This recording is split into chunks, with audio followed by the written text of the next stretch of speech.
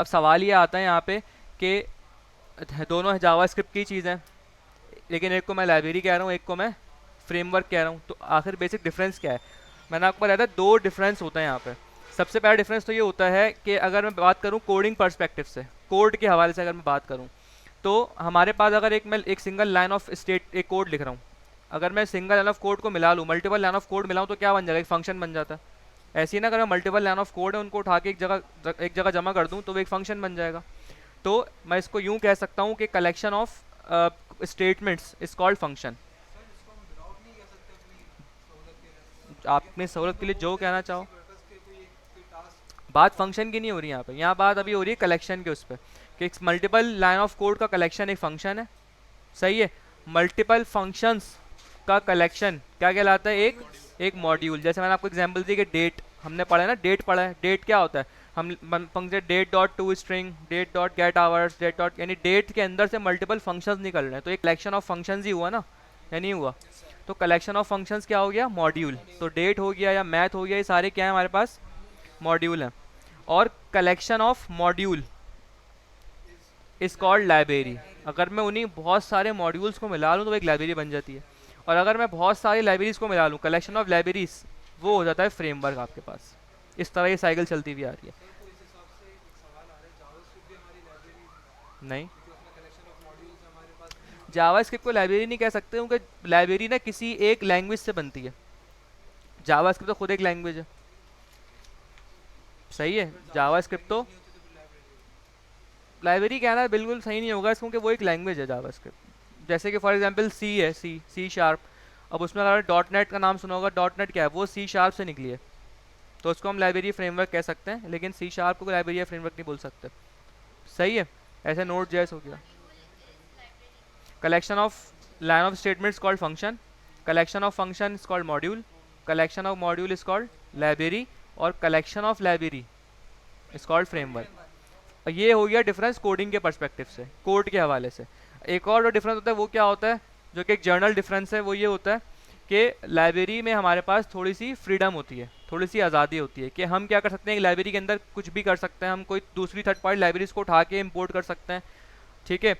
यानी मल्टीपल चीज़ों, मल्टीपल जगहों से चीज़ें उठा के हम अपने पास ला सकते हैं, लाइब्रेरी के अंदर वो हमें अलाउ करती है। लाइब्रेरी का ये वो आपको फ्रीडम देती है, जबकि फ्रेमवर्क में ऐसा नहीं होता। फ्रेमवर्क में होती है स्ट्रिक्टनेस, आप बाहर से कुछ नहीं उठा सकते। फ्रेमवर्क में अगर आपको आइकन लगाना है वो भी फ्रेमवर्क के अंदर से आपको मिलेंगे, अगर आपने राउटिंग यूज़ करनी है वो भी आपको अंदर से मिलेगी फ्रेमवर्क के अंदर से। यानी कि सारी चीज़ें आपको एक पैकेज देता है वो पूरा, वो तो उसे हम कहते हैं ये, यानी कि एक फ्रीडम नहीं होती वहाँ पे, एक रिस्ट्रिक्शन होती है कि भाई आपने इसी एक पर्टिकुलर बाउंड्री के अंदर रह के काम करना है।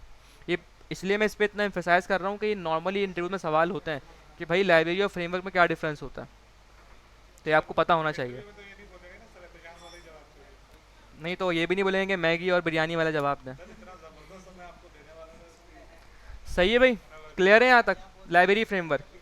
अब हम ज़रा स्टार्ट करते हैं कोड पे थोड़ा सा। सबसे पहले, अच्छा, रिएक्ट के अंदर क्या होता था कि पहले रिएक्ट का भी ना जो करंट वर्जन है वो चल रहा है 18। रिएक्ट का करंट वर्जन जो हम यूज़ करेंगे वो है हमारे पास 18। मैं आपको भी दिखाऊंगा अभी इंस्टॉल करके। लेकिन रिएक्ट 16.8 से पहले तक, रिएक्ट 16.8 से पहले तक जो है ना वो जावा रिएक्ट थी ऊप बेस। रिएक्ट क्या थी? ऊप, बेस। ऑब्जेक्ट ओरिएंटेड प्रोग्रामिंग पे हम पूरा काम करते थे, क्लासेस बनाते थे, कंस्ट्रक्टर बनाते थे। लेकिन रिएक्ट 16.8 के बाद से ना जावास्क्रिप्ट में, रिएक्ट में बहुत बड़ा चेंज आया था। जैसे कि हमारे, अगर मैं जावास्क्रिप्ट की बात करूँ, जैसे ES5 से ES6 में कन्वर्ट हुए ना, ये एक बड़ा चेंज था। तो ऐसे ही रिएक्ट के अंदर भी 16.8 से पहले के बाद जो 16.8 आई, उससे जो है ना बहुत बड़ा चेंज आया। उसके अंदर एक न्यू चीज़ आई जिसे हम कहते हैं हुक्स। रिएक्ट में क्या है 16.8 से? हुक्स आए। लिख लें इस चीज़ को कि रिएक्ट में हुक्स इंट्रोड्यूस हुए थे वो 16.8 के बाद से हुए थे। 8 से। 16.8 से, यानी कि तो अब हुक्स आ गए, तो भाई क्या मतलब हुक्स से क्या हमें फ़ायदा हो रहा है? फ़ायदा ये हो रहा है कि जैसा मैंने आपको अभी टॉपिक लिखा है ना, फंक्शंस। फंक्शंस बहुत इंपॉर्टेंट है। क्यों? क्योंकि हुक्स जो है ना बेसिकली वो कुछ नहीं है, वो सिर्फ फंक्शन है, सिंपल। जैसे हम सिंपल फंक्शन बनाते हैं जावास्क्रिप्ट में, ऐसे ही फंक्शन होता है हुक्स भी। तो इसलिए हुक्स के साथ खेलने के लिए आपको फंक्शंस पे बहुत अच्छी ग्रिप होनी चाहिए। फंक्शंस को अच्छे से पढ़ लें कि किस तरह पैरामीटर होते हैं, किस तरह आर्गुमेंट जाते हैं। और मैंने आपको जो पूरी फंक्शन की डिटेल बताई है, पूरी कहानी, वो आपको पूरी आनी चाहिए हर हाल में। जावास्क्रिप्ट में अगर आपको, अच्छा एक टॉपिक और लिख लें, स्प्रेड और रेस्ट ऑपरेटर। वहाँ पे स्प्रेड और रेस्ट ऑपरेटर पढ़ाया है मैंने आपको, 3 डॉट जो होता है वो भी बहुत ज़्यादा आपको देखिएगा यहाँ यूज़ करने को मिलेंगे रिएक्ट में। सही है, स्टार्ट करते हैं अब। सबसे अच्छा ठीक है, अभी भी रिएक्ट में ना रिएक्ट 17 में नहीं 18 के अंदर एक चेंज और आया है। आप लोग से यानी अब आप लोग 18 पढ़ लें, जो पहले 17 में था पढ़ाता था मैं, या जो लोग स्टूडेंट पढ़ते थे वहाँ पे वो चीज़ नहीं थी। अब जो आप लोग पढ़ लो ये अब नई चीज़ पढ़ लो, 18 में इंट्रोड्यूस हुई थी। ब्राउज़र ऑर्डर की बात नहीं कर रहा मैं, रिएक्ट की ऐप बनाने के लिए पहले क्या होता था हम, अच्छा इससे पहले थोड़ा सा और पीछे जाते हैं। रिएक्ट अब जाके आई थिंक थोड़े कुछ महीने या साल कह लें उसको, अब जाके ऑफिशियल लॉन्च हुआ है। इससे पहले का जो रिएक्ट था ना, जो बहुत पॉपुलर हो गया था रिएक्ट, लेकिन आपको पता है कि वो रिएक्ट टेस्टिंग वर्जन था, उसका बीटा वर्जन था, यानी वो ऑफिशियल रिएक्ट नहीं था, वो बीटा वर्जन चल रहा था, एक टेस्टिंग में था, लेकिन वो इतना पॉपुलर चला गया था। अब जाके रिएक्ट जो ऑफिशियल लॉन्च हुआ है, जिसके वजह से रिएक्ट की आप जो डॉक्यूमेंटेशन थे ना, जो पहले रिएक्ट की डॉक्यूमेंटेशन खुलती थी वो खुलती थी react.js.org के नाम से। अगर किसी ने पहले रिएक्ट वगैरह का पढ़ी होगी, सर लमान से पढ़ी होगी आप लोगों ने, तो डॉक्यूमेंटेशन क्या आती है react.js.org। लेकिन अब रिएक्ट की जो डॉक्यूमेंटेशन है वो डेप्रिशिएट हो गई है। अब रिएक्ट की जो आपकी ऑफिशियल डॉक्यूमेंटेशन खुलती है वो खुलती है react.dev। डॉक्यूमेंटेशन ही पूरी चेंज हो गई, ठीक है। तो अब इसकी एप्लीकेशन बनाने का तरीका भी थोड़ा डिफरेंट हो गया। अब पहले के तरीके से ऐप नहीं बनती। पहले क्या होता था, हम एक कमांड चलाते थे npx create react app, आपकी ऐप रिएक्ट की ऐप बन जाया करती थी। अब ऐसा नहीं होता, बन तो अब भी खैर जाती है, लेकिन वो फिर पुराने तरीकों पे आप यूज़ करोगे, सारे पुराने पैटर्न यूज़ करोगे आप। लेकिन अब जो लेटेस्ट वर्जन है उसमें कैसे ऐप बनती है, इसके अंदर भाई रिएक्ट रेकमेंड करता है। चलो मैं आपको यहाँ दिखाता हूँ, यहाँ लिखा हुआ हो, इंस्टॉलेशन पे आते हैं भाई, ठीक है। स्टार्ट अ न्यू प्रोजेक्ट, ये तो नेक्स्ट के थ्रू बना रहा है, छोड़ो उसको। रिएक्ट पढ़ लो पहले, नेक्स्ट जैस छोड़ दो अभी।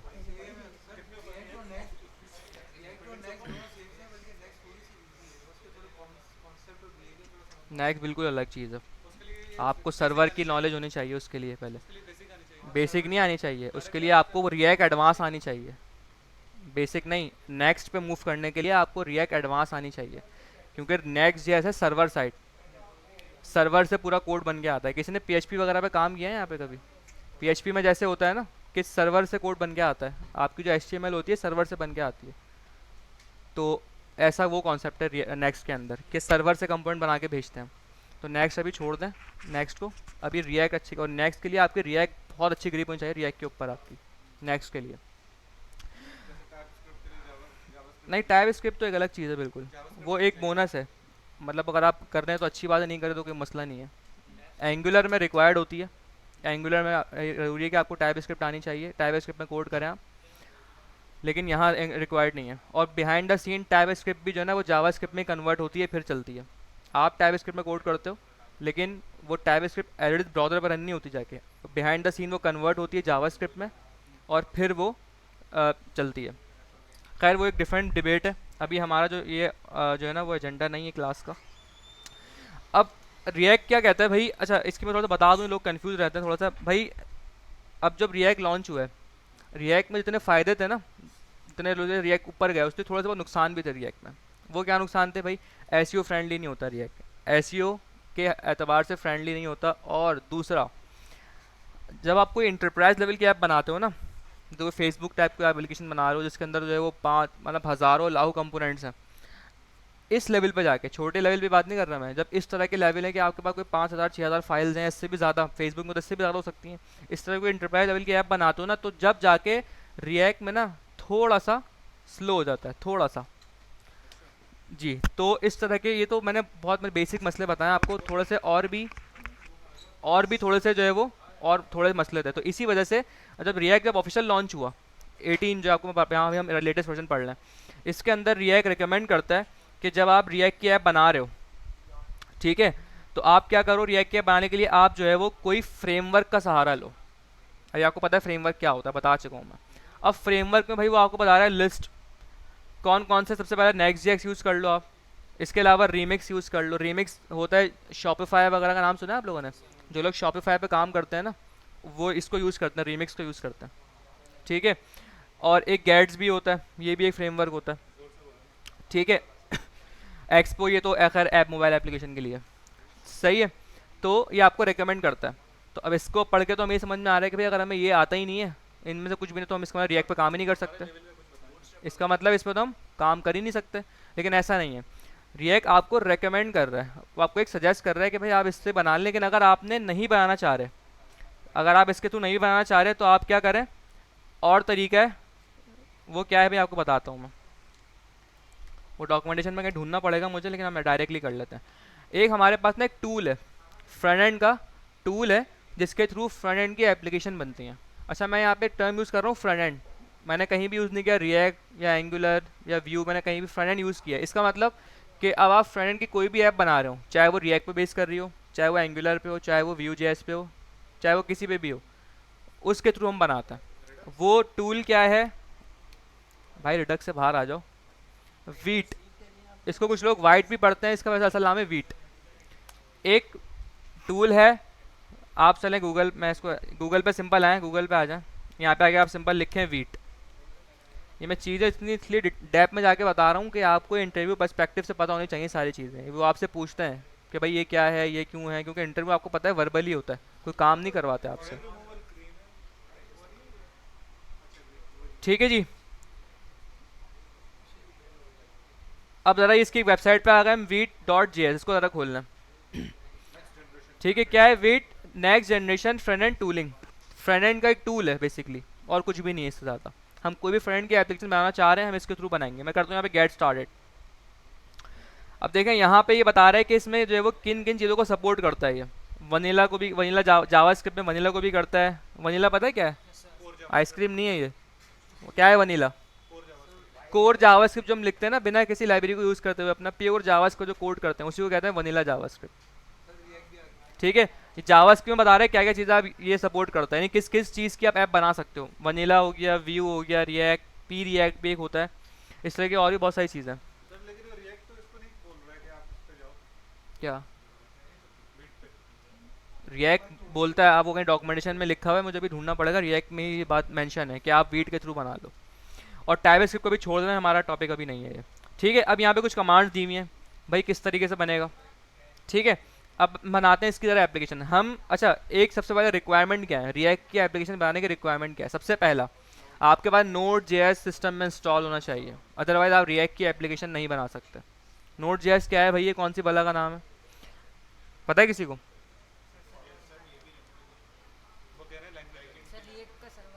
रिएक्ट का सर्वर है। अच्छा भाई, ज़रा पहले सबके जवाब जल्दी जल्दी जवाब दो। रिएक्ट का सर्वर है, और सही है, और बैकएंड लैंग्वेज है, और एनवायरनमेंट है, और कोई? Node.js क्या है, इसको लिख लें अपने पास। Node.js जावास्क्रिप्ट का, रिएक्ट नहीं बोला मैंने, Node.js NODE नोट, नहीं गलत पता है, बता रहा हूँ।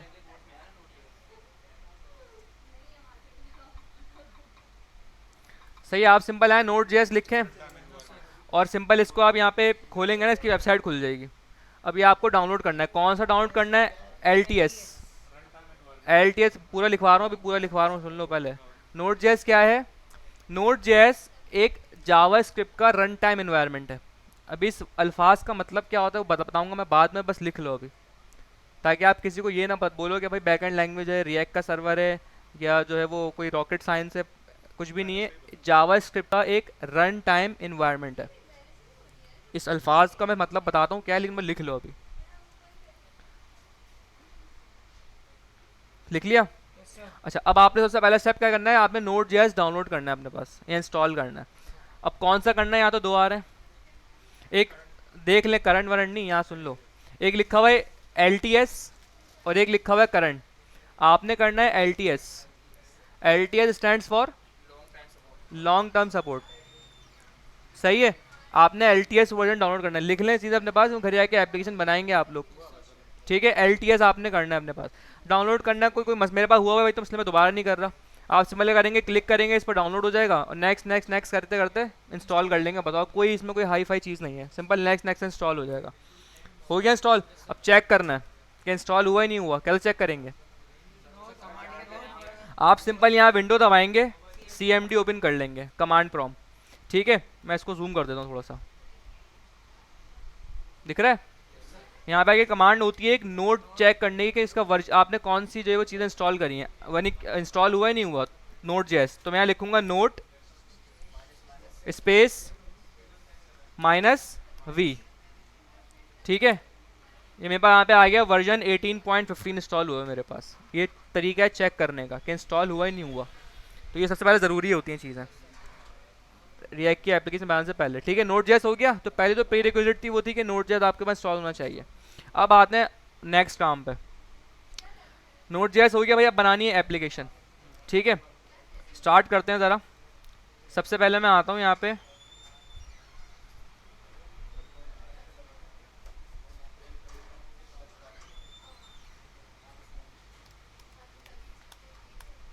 सही है।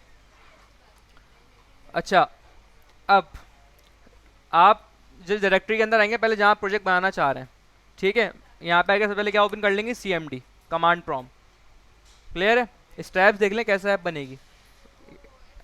ये बिल्कुल बस सही है ना, इतना बड़ा तो काफ़ी है ना, नज़र नहीं आ रहा?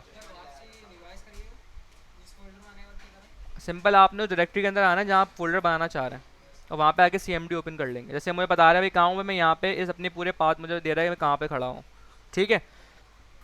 डॉक्यूमेंटेशन फॉलो करें, अभी से डॉक्यूमेंटेशन की आदत डालें, डॉक्यूमेंटेशन से पढ़ने की आदत डालें। ट्यूटोरियल से ना कोशिश करें अवॉइड करें, ट्यूटोरियल जो है ना लर्निंग ख़राब कर देते हैं आपकी।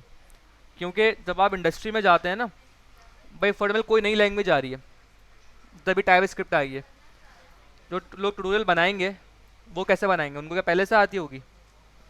एक ही बंदे को पहले से आती होगी, इसने बनाई है भाई, इसके अलावा तो किसी को भी नहीं आती होगी, ऐसी है। तो वो लोग सोचो ना वो कैसे ट्यूटोरियल बना रहे हैं, कैसे बना रहे हैं वो? डॉक्यूमेंटेशन पढ़ के। तो आप भी डॉक्यूमेंटेशन की आदत डालें, क्योंकि देखें ट्यूटोरियल एक इंसान बना रहा है, बंदा जिसको, यानी कि मेरे जैसा बंदा बना रहा है एक सिंपल, वो गलती कर सकता है टूल बनाने में। जिसने डॉक्यूमेंटेशन लिखी है बैठ के, वो है जो उसका डेवलपर है, जो उसका फाउंडर है, वो गलती नहीं कर सकता कभी भी। तो डॉक्यूमेंटेशन आदत डालें। दूसरी बात, ट्यूटोरियल आपने फॉर एग्जाम्पल टाइपस्क्रिप्ट रिलीज हुई 1 साल पहले, आप 1 साल बाद ट्यूटोरियल देख रहे हैं, हो सकता है उसमें 10,000 एडवांसमेंट आ गई, अपडेट आती रहती हैं, तो वो ट्यूटोरियल में अपडेट आपको नहीं मिलेगी, लेकिन डॉक्यूमेंटेशन में आपको अपडेट मिल जाएगी वो। तो कोशिश करें डॉक्यूमेंटेशन की आदत डालें, अभी से डॉक्यूमेंटेशन को पढ़ना सीखें। और बहुत सिंपल होती है इनकी डॉक्यूमेंटेशन, जितनी भी ये चीज़ें होती हैं, क्योंकि एक तो वैसी थोड़ी कॉम्प्लेक्स चीज़ें होती हैं। तो जो डेवलपर्स होते हैं ना इनके, वो डॉक्यूमेंटेशन में ऐसी वर्डिंग यूज़ करते हैं, ऐसी इंग्लिश यूज़ करते हैं कि मतलब जो नॉन टेक्निकल बंदा है वो भी समझ में आ जाए। कभी आपको अगर टाइम मिले तो रिएक्ट के डॉक्यूमेंटेशन पढ़ के देखिएगा। मतलब इसमें ना डायग्राम बनाए हुए इमेजेस से कि एक रेस्टोरेंट बना हुआ है, वहाँ एक वेटर ऑर्डर लेके आ रहा है, क्या समझा रहे हैं? स्टेट समझा रहे हैं, स्टेट समझा रहे हैं इस एग्जाम्पल के थ्रू, यानी इतना इजी इलस्ट्रेशन से बना के समझाया हुआ है पूरा। तो डॉक्यूमेंटेशन पढ़ें तो आपको ना वो थोड़े से कॉन्सेप्ट क्लियर होंगे। खैर भाई, नोट जब आप इंस्टॉल करेंगे ना, तो हमारे पास नोट जेएस में क्या होता है, जब इंस्टॉल करते हैं तो npm बाय डिफॉल्ट इंस्टॉल हो जाता है। अभी npm क्या है भाई? npm stands for note package manager. ये भी बड़ा सवाल होता है भाई इंटरव्यू के अंदर। हमारे पास दो चीज़ें होती हैं, एक होता है npm और एक होता है npx। क्या डिफरेंस होता है दोनों में?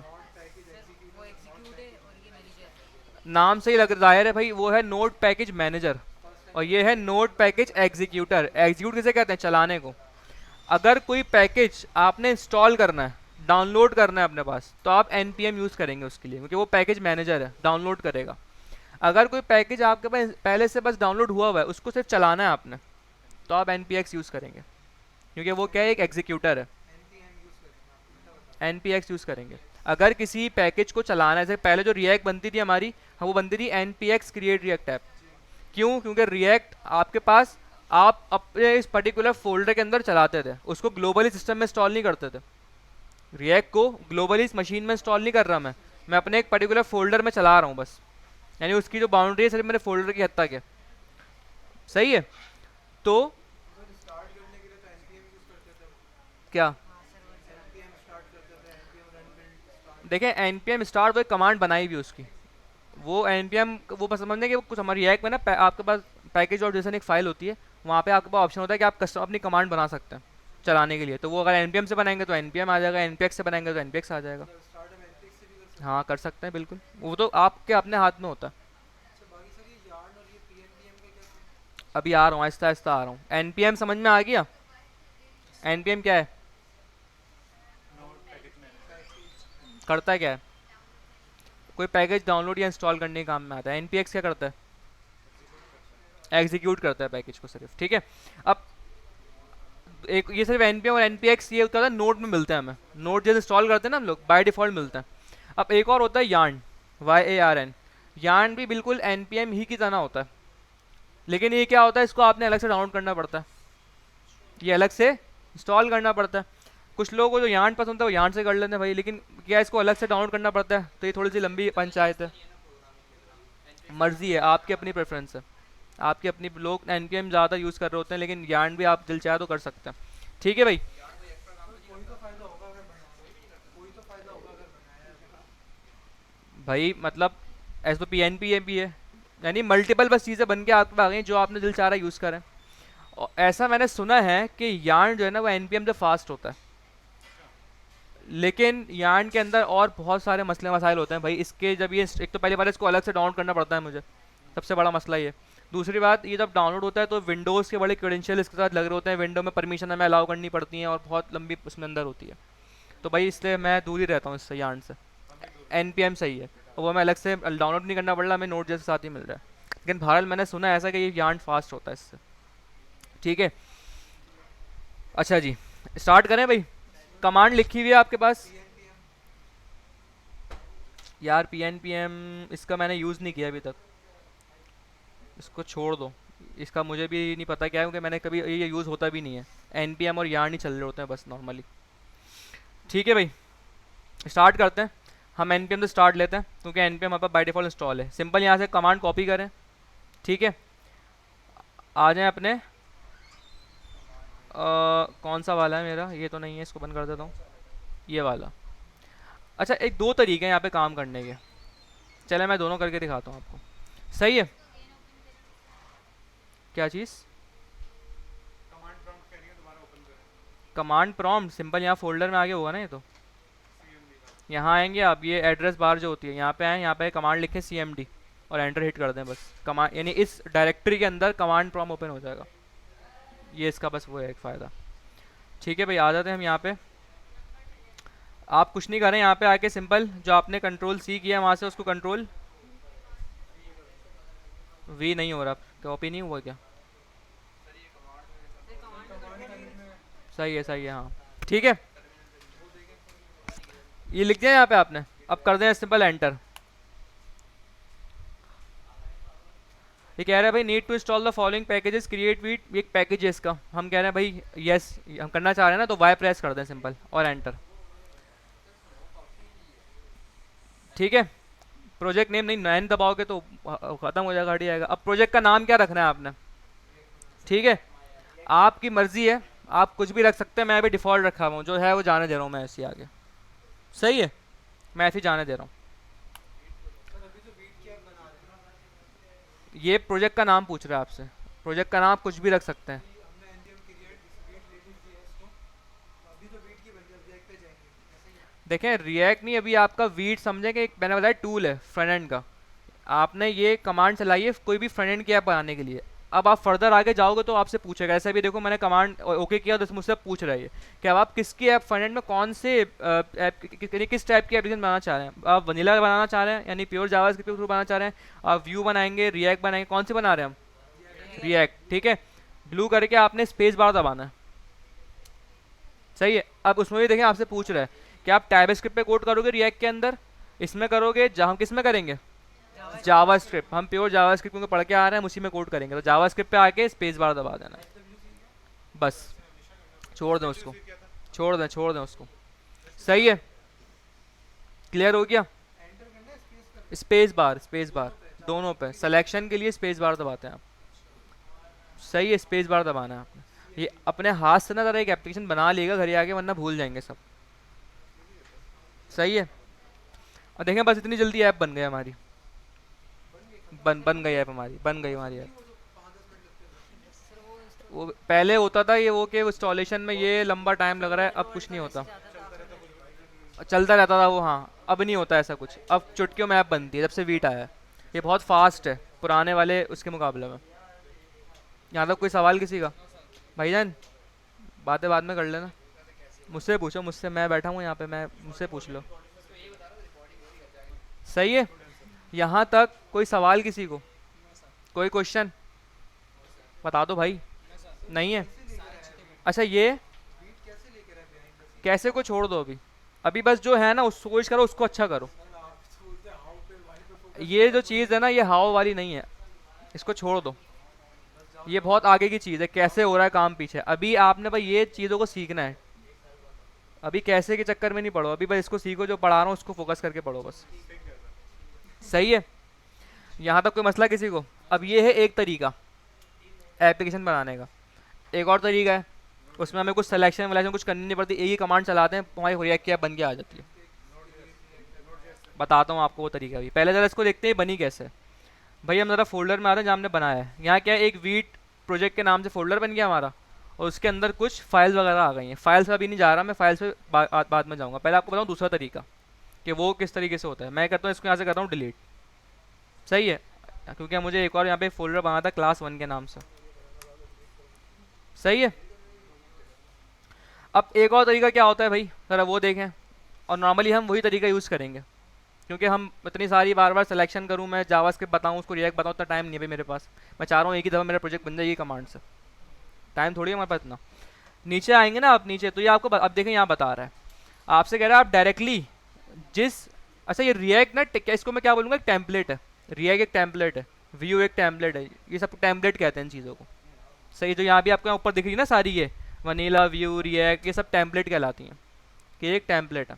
अब आपसे कह रहा है अगर आप डायरेक्टली किसी एक पर्टिकुलर टेम्पलेट का भी कमांड से बना सकते हैं, कैसे? ये यहाँ पे देखें बता रहा है कि npm, जैसे अगर एक व्यू का प्रोजेक्ट बनाना चाह रहा है, ये क्या बनाना चाह रहा है, एक व्यू का प्रोजेक्ट बनाना चाह रहा है, तो क्या करेगा, npm create vite at latest, उसके आगे इसने किया फोल्डर का नाम दिया, स्पेस दिया, डैश डैश टेम्पलेट, और जो टेम्पलेट होगी, जैसे व्यू का प्रोजेक्ट तो व्यू लिख दिया इसने।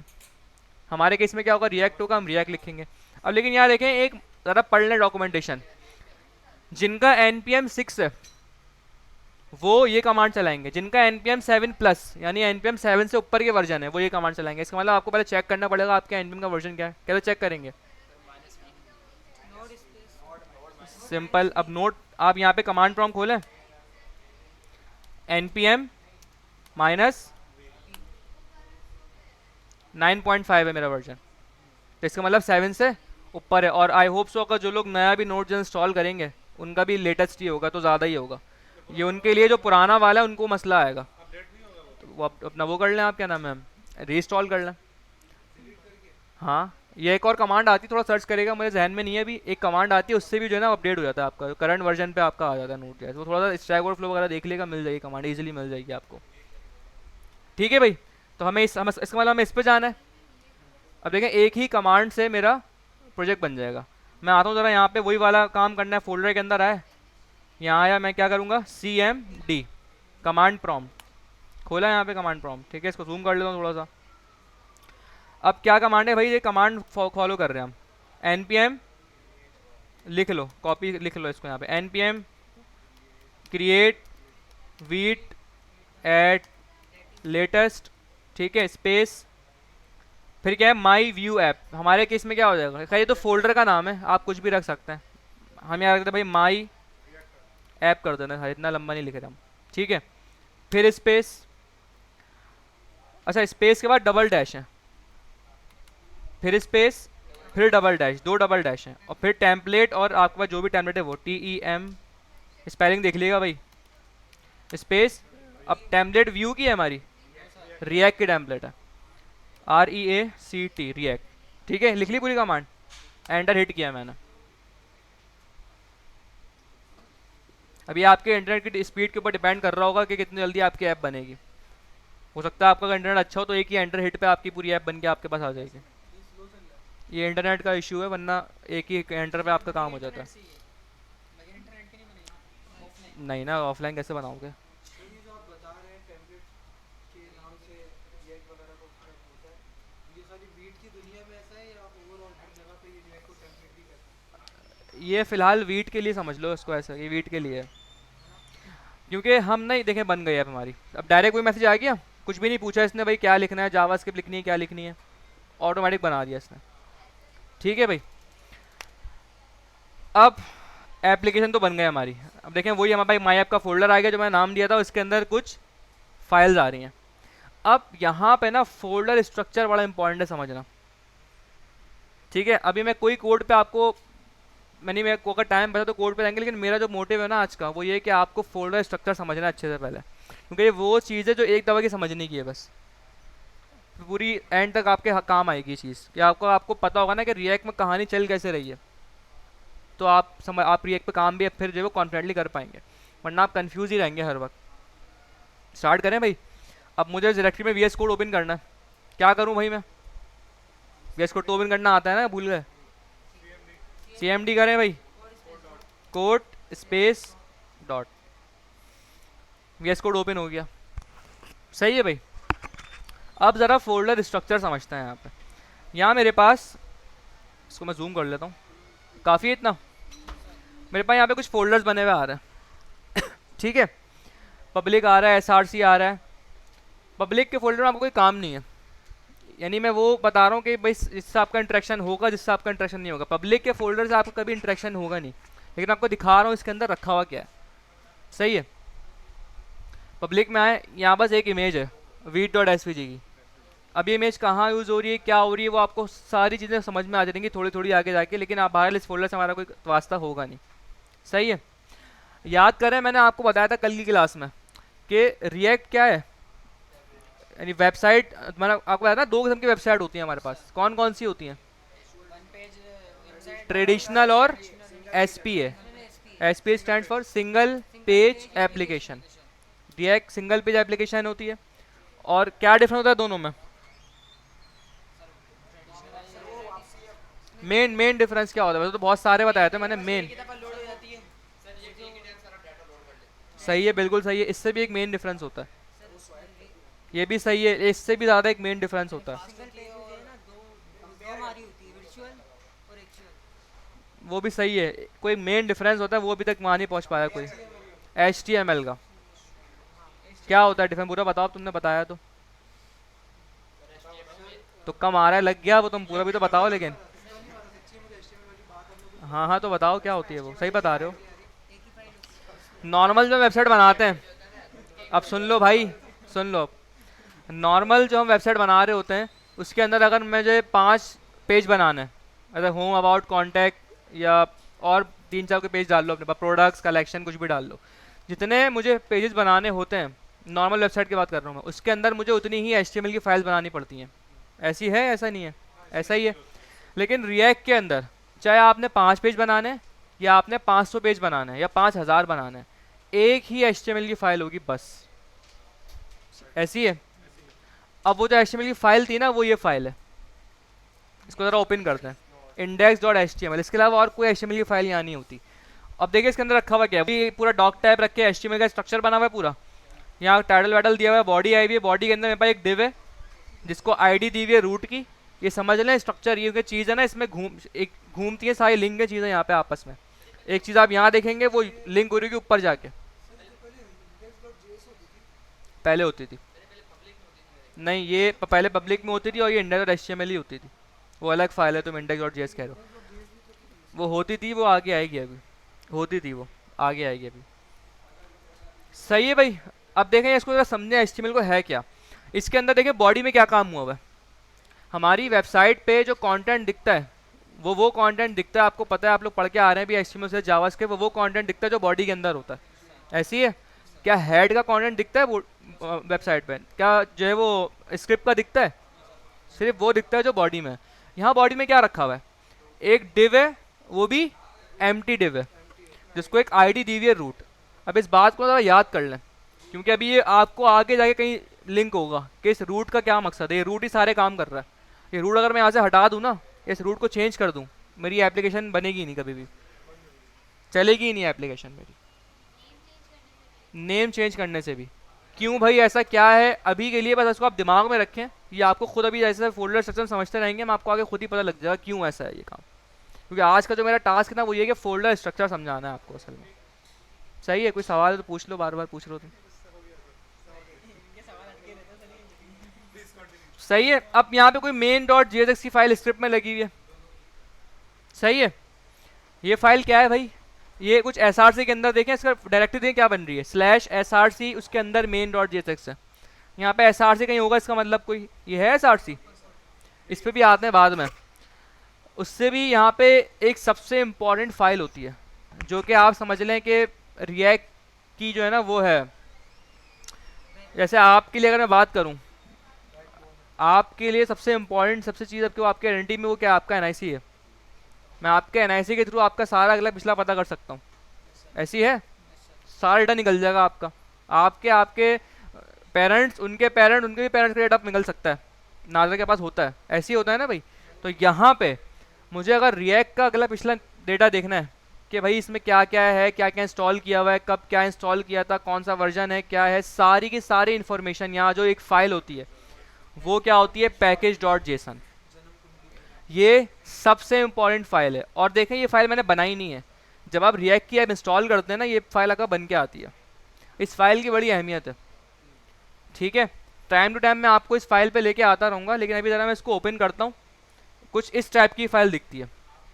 अब ये फॉर्मेट आपने आए हो इससे पहले जिन लोगों ने रिएक्ट पढ़ी उन्होंने शायद देखा हो, वरना इसके अलावा लोगों ने नहीं देखा होगा। अब ये फॉर्मेट क्या है भाई, किसी ने मुझसे एक सवाल भी किया था आई थिंक आप लोगों में से, कि जेसन में क्या डिफरेंस होता है और नॉर्मल ऑब्जेक्ट में क्या डिफरेंस होता है। ये जो फॉर्मेट है ना, ये होता है जेसन फॉर्मेट। जेसन फॉर्मेट क्या है, कोई हाई फाई चीज़ नहीं है भाई, फॉर्मेट है डेटा का, जो कि काफ़ी क्वाइट सिमिलर होता है जावास्क्रिप्ट के ऑब्जेक्ट से। बस इसमें एक चीज़ का डिफरेंस होता है, यहाँ पे जो की होती है ना आपकी की, ये भी स्ट्रिंग होती है, जबकि जावास्क्रिप्ट ऑब्जेक्ट में की कभी भी स्ट्रिंग नहीं होती, ठीक है। तो अब यहाँ पे आपके पास देखें, अभी यहाँ पे सारी इन्फॉर्मेशन होती है, आपके प्रोजेक्ट का क्या नाम है वो बता रहा है भाई, ये नाम है प्रोजेक्ट का, ठीक है। इसके अलावा आपके पास यहाँ पे कुछ बता रहा है, ये खैर छोड़ दें सारी चीज़ें, जो आपके काम की चीज़ हैं वो क्या है, डिपेंडेंसीज। ये क्या चीज़ है भाई, ये है कि भाई आपकी इस एप्लीकेशन के अंदर क्या क्या चीज़ें आपने इंस्टॉल करी हुई हैं और उनका क्या क्या वर्जन है। ये आपको पता है, ज़्यादातर इस फाइल का ताल्लुक होता है ना वो इससे होता है। क्या यहाँ पे आके ना आप इस फाइल में जो विजिट करते हैं सिर्फ इसलिए करते हैं कि आप डिपेंडेंसीज चेक करते हैं कि क्या क्या इंस्टॉल हुई है, या मैं कल को फ्यूचर यहाँ पे कुछ इंस्टॉल करता हूँ। फॉर एग्जाम्पल मुझे बूटस्ट्रैप पढ़ी है ना आप लोगों ने, मुझे बूटस्ट्रैप इंस्टॉल करनी है रिएक्ट में, तो वो इंस्टॉल हुई है नहीं हुई है वो चेक करने के लिए मैं यहाँ आऊँगा package.json के पास कि भाई मुझे बताओ इंस्टॉल हुई है नहीं हुई है, ऐसी है। तो अब देखें यहाँ पे मुझे बता रहा है अभी करंट क्या क्या इंस्टॉल हुआ हुआ है, रिएक्ट हुई है भाई, कौन सा वर्जन है, 18.2 इंस्टॉल हुआ है, लेटेस्ट वर्जन, सही है।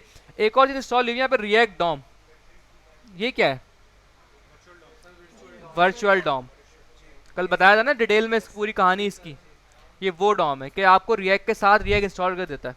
रिएक्ट में बताया था मैंने आपको दो डॉम होती हैं, एक होती है एक्चुअल और एक होती है वर्चुअल। ये जो कल आपसे सारी बातें कीजिए ना, ये वो वाली डॉम है, ये कि आपको ये बाय डिफॉल्ट मिलती है। जिस तरह package.json है, इस तरह एक और भी फाइल होती थी, आएगी वो अभी आएगी, अरे अभी आएगी, रुक जाओ भाई, आएगी अभी। सामने होती थी, खैर ये अभी सब चीज़ गई। पहले होती थी, अभी नहीं होती, अभी आएगी वो चीज़ें इसके अंदर। ये लेटेस्ट में हुआ है 18 में। आप पुरानी चीज़ों को छोड़ दें, तुम पुरानी बातें कर रहे हो तो यहाँ बैठे हैं वो भी सब कंफ्यूज हो रहे हैं। सीनियर लोग नहीं सीनियर नहीं है आप, वो सीनियर इनको कुछ भी नहीं आता, तो बेहतर ये है कि पुरानी चीज़ों को छोड़ दें, जो नई चीज़ है ना उनको फोकस करें बस, सही है भाई। तो ये चीज़ें आपको डिपेंडेंसीज के अंदर मिलती हैं इंस्टॉल हुई हुई, सही है। अच्छा जी, ये तो हो गए package.json की फाइल आपकी, जो कि बहुत इंपॉर्टेंट फाइल होती है। अब नेक्स्ट थोड़ा सा और एक्सप्लोर करते हैं। इसके अंदर भी हमने क्या क्या देखी, पब्लिक का फोल्डर देखा, लेकिन आपके काम का बिल्कुल भी नहीं है। यहाँ जो बाहर चीज़ें पड़ी हैं उसके अंदर आपके काम की चीज़ क्या है, एक package.json है और एक index.html है। वैसे कभी भी यहाँ पे भी हमें कभी आना नहीं होगा, लेकिन यहाँ पे बस ये जो डिव है ना रूट का, इसकी बड़ी कहानी है यहाँ पे, वो भी आपको आगे समझ में आ जाएगी। अब चलते हैं ज़रा SRC के फोल्डर के अंदर। रिएक्ट में ना फाइल स्ट्रक्चर बहुत बड़ा हो जाता है, लेकिन इसमें लोग का डर जाते हैं भाई इतनी सारी फाइल्स आ गई। ऐसा कुछ नहीं है, जितनी ज़्यादा फाइल्स होंगी इतना कोड सेपरेट होगा ना आपका, तो उतना यहाँ पे इजी होता है मैनेज करना चीज़ों को, सही है। तो फोल्डर स्ट्रक्चर देख कभी नहीं घबराइएगा, यहाँ पे तो कुछ भी नहीं है अभी, यहाँ पे बहुत सारी फाइल बनाएंगे हम आगे जाके, हो सकता है 100 फाइल्स ही बन जाए यहाँ पे। ये नॉर्मल है, 100 फाइल नॉर्मल है यहाँ पे, हो सकता है कोई ऐसा प्रोजेक्ट बना रहे हैं हम लोग कि उसमें बन जाए। हाँ हाँ, अरे ये नॉर्मल चीज़ है, रिएक्ट में ये नॉर्मल है, मतलब कोई बहुत कोई हाई फाई बात नहीं करती मैंने, ये नॉर्मल है रिएक्ट के अंदर। जैसे जैसे आप लोग काम करेंगे यूज टू होते रहेंगे, आप लोग के लिए भी नॉर्मल हो जाएंगी चीज़ें ये। लेकिन काम करना ज़रूरी है उसके लिए। सही है, अब ज़रा चलें थोड़ा सा आगे। एसआरसी के अंदर क्या है, यहाँ पे एक फोल्डर है एसिड्स का। एसिड्स में एक रिएक्ट और एसवीजी के नाम से चीज़ रखी हुई है। इसमें मतलब कोई इमेज है। एसवीजी क्या होती है? इमेज होती है ना, इमेज होती है। एसवीजी आपका एक इमेज होती है बेसिकली, ठीक है। जैसे पीएनजी होती है, जेपीजी होती है, ऐसे एक इमेज होती है एसवीजी। इमेज का फॉर्मेट है बस, इससे ज़्यादा और कुछ भी नहीं है। यहाँ पे एक सीएसएस की फाइल रखी हुई है app.css, जिसके अंदर कुछ कोड रखा हुआ है सीएसएस का। सीएसएस ही है ना भाई ये? सीएसएस का कोड है सिंपल। सीएसएस तो आप लोग को आती है, चीते हैं आप लोग उसके अंदर, सही है। तो सिंपल सीएसएस की फाइल है ये। क्या हो गया इतनी अचानक हलचल क्यों मच गई? उनको पता है ना, सीनियर है मेरे, सोफा लेके आ रहे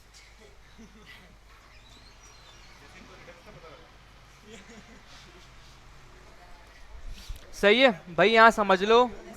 ये बात में हंसी मजाक कर लेना, यहाँ देख लो, बाद में दांत दिखा लेना बाहर जाके, यहाँ देख लो अभी।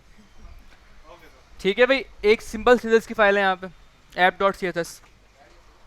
एक है app.jsx यहाँ पे, एक है index.css। पहले मैं जरा सीएसएस की फाइल्स को ओपन करके दिखा रहा हूँ आपको। सही है, एक इंडेक्स, ये भी सिंपल सीएसएस की फाइल है। सीएसएस ही है ना भाई, कुछ और खास तो नहीं है, कोई नई चीज़ नहीं है इसके अंदर। बस हैं, अभी अभी हम समझते हैं, बस हैं। सही है, बस समझे रखी हुई है अभी।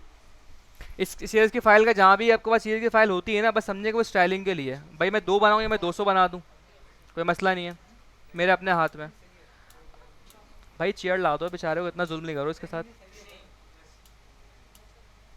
कोई और एक्स्ट्रा चेयर नहीं है अंदर वगैरह नहीं पड़ी हुई? एक भी नहीं है? देख लो यार, इतना जुल्म नहीं करो बेचारे, हमारा स्टूडेंट है ये भी है यहाँ पे एक्स्ट्रा क्लास का।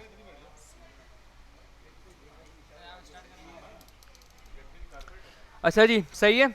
सीएसएस की फाइल भाई चाहे एक हो या 2 3, इससे कोई फ़र्क नहीं पड़ता। वो तो सिंपल स्टाइलिंग है। वो सिंपल क्या है? स्टाइलिंग है। Thank you.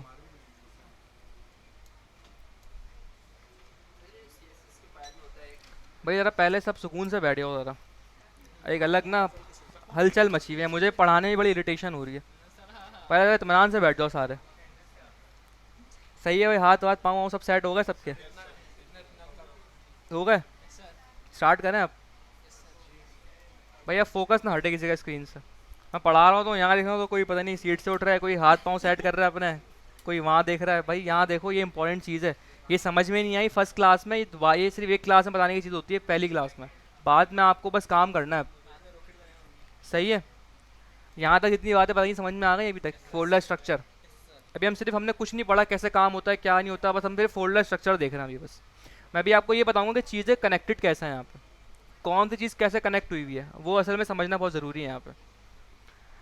ठीक है भाई, अब सीरियस तो हो गए। अब यहाँ पे एक नई चीज़ आपको देखने को मिल रही है। ये एक्सटेंशन इससे पहले आपने कभी नहीं देखी होगी, जिन लोगों ने रिएक्ट नहीं पढ़ी। डॉट जे, जिन लोगों ने रिएक्ट पढ़ी हुई है वो भी शायद ना देखी हो। डॉट JSX, ये क्या चीज़ है? HTML जावास्क्रिप्ट को मिलाते हैं, इतने पुराने भी नहीं है। अच्छा जी, HTML मैं बताता हूँ, मैं बता रहा हूँ। और देखें दूसरी बात, यहाँ पे इसका आइकन भी रिएक्ट की तरह बन गया है। डॉट JS की जब आप फाइल बना दो तो यहाँ डॉट JS का आइकन होता है। जैसे यहाँ कोई JS की फाइल अभी है नहीं, मैं आपको बना दिखाता, चले मैं खुद बना देता हूँ। जैसे अगर मैं यहाँ बनाऊँ एक फॉर एग्जाम्पल index.js, तो देखें JS की फाइल बन, ये आइकन आ जाएगा। अब समझते हैं JSX है क्या। JSX क्या है बेसिकली? JSX पहले इसका मतलब क्या है? JSX stands for Java script XML, Java script XML, ये इसकी फुल फॉर्म है। अब इसका बेसिकली काम क्या है? जैसे अगर मैं एक फाइल बना रहा हूँ abc.txt, इसका मतलब मैं उसके अंदर कोई टेक्स्ट लिखूंगा प्लेन। अगर मैं बना रहा हूँ डॉट CSS तो मैं CSS लिखूंगा, अगर JS बनाऊँ तो डॉट, इसका मतलब JS लिखूंगा उसके अंदर। अब यहाँ मैं बना रहा हूँ डॉट JSX। अब मैं थोड़ा सा आपके लिए बता दूं, पुराने जो थोड़े जिन लोगों ने रिएक्ट पहले पढ़ चुके हैं, पहले क्या होता था कि हम जब डॉट JS की फाइल बनाते थे वहाँ पे हम डायरेक्टली भी JSX लिखते थे। जो लोग नए हैं वो छोड़ दें अभी, उनको बस समझे कान बंद कर लें अपने, ठीक है? जब तुम्हारे लिए बता रहा हूँ, कन्फ्यूजन ना हो, तुम जो पुराने पढ़ के आ चुके हैं। पहले ये क्या होता था रिएक्ट 17 वगैरह के टाइम पे, जब वीट नहीं आया था, कि आप डॉट JS की फाइल बनाते थे, आप उसके अंदर डायरेक्टली JSX लिख लिया करते थे। लेकिन अब यहाँ पे ना ये सपोर्ट नहीं करता। अब आप अगर ऐसा करोगे तो एरर देगा ये।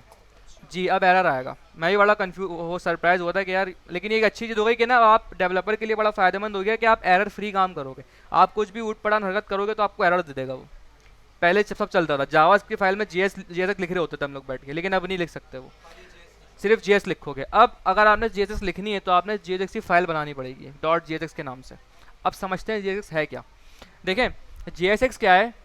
जीएसएक्स का मतलब ये है कि पहले जीएसएक्स मीन जावास्क्रिप्ट एक्सएमएल। अभी एक्सएमएल क्या है। एक्सएमएल बेसिकली एक लैंग्वेज है जो सिमिलर होती है एचटीएमएल से।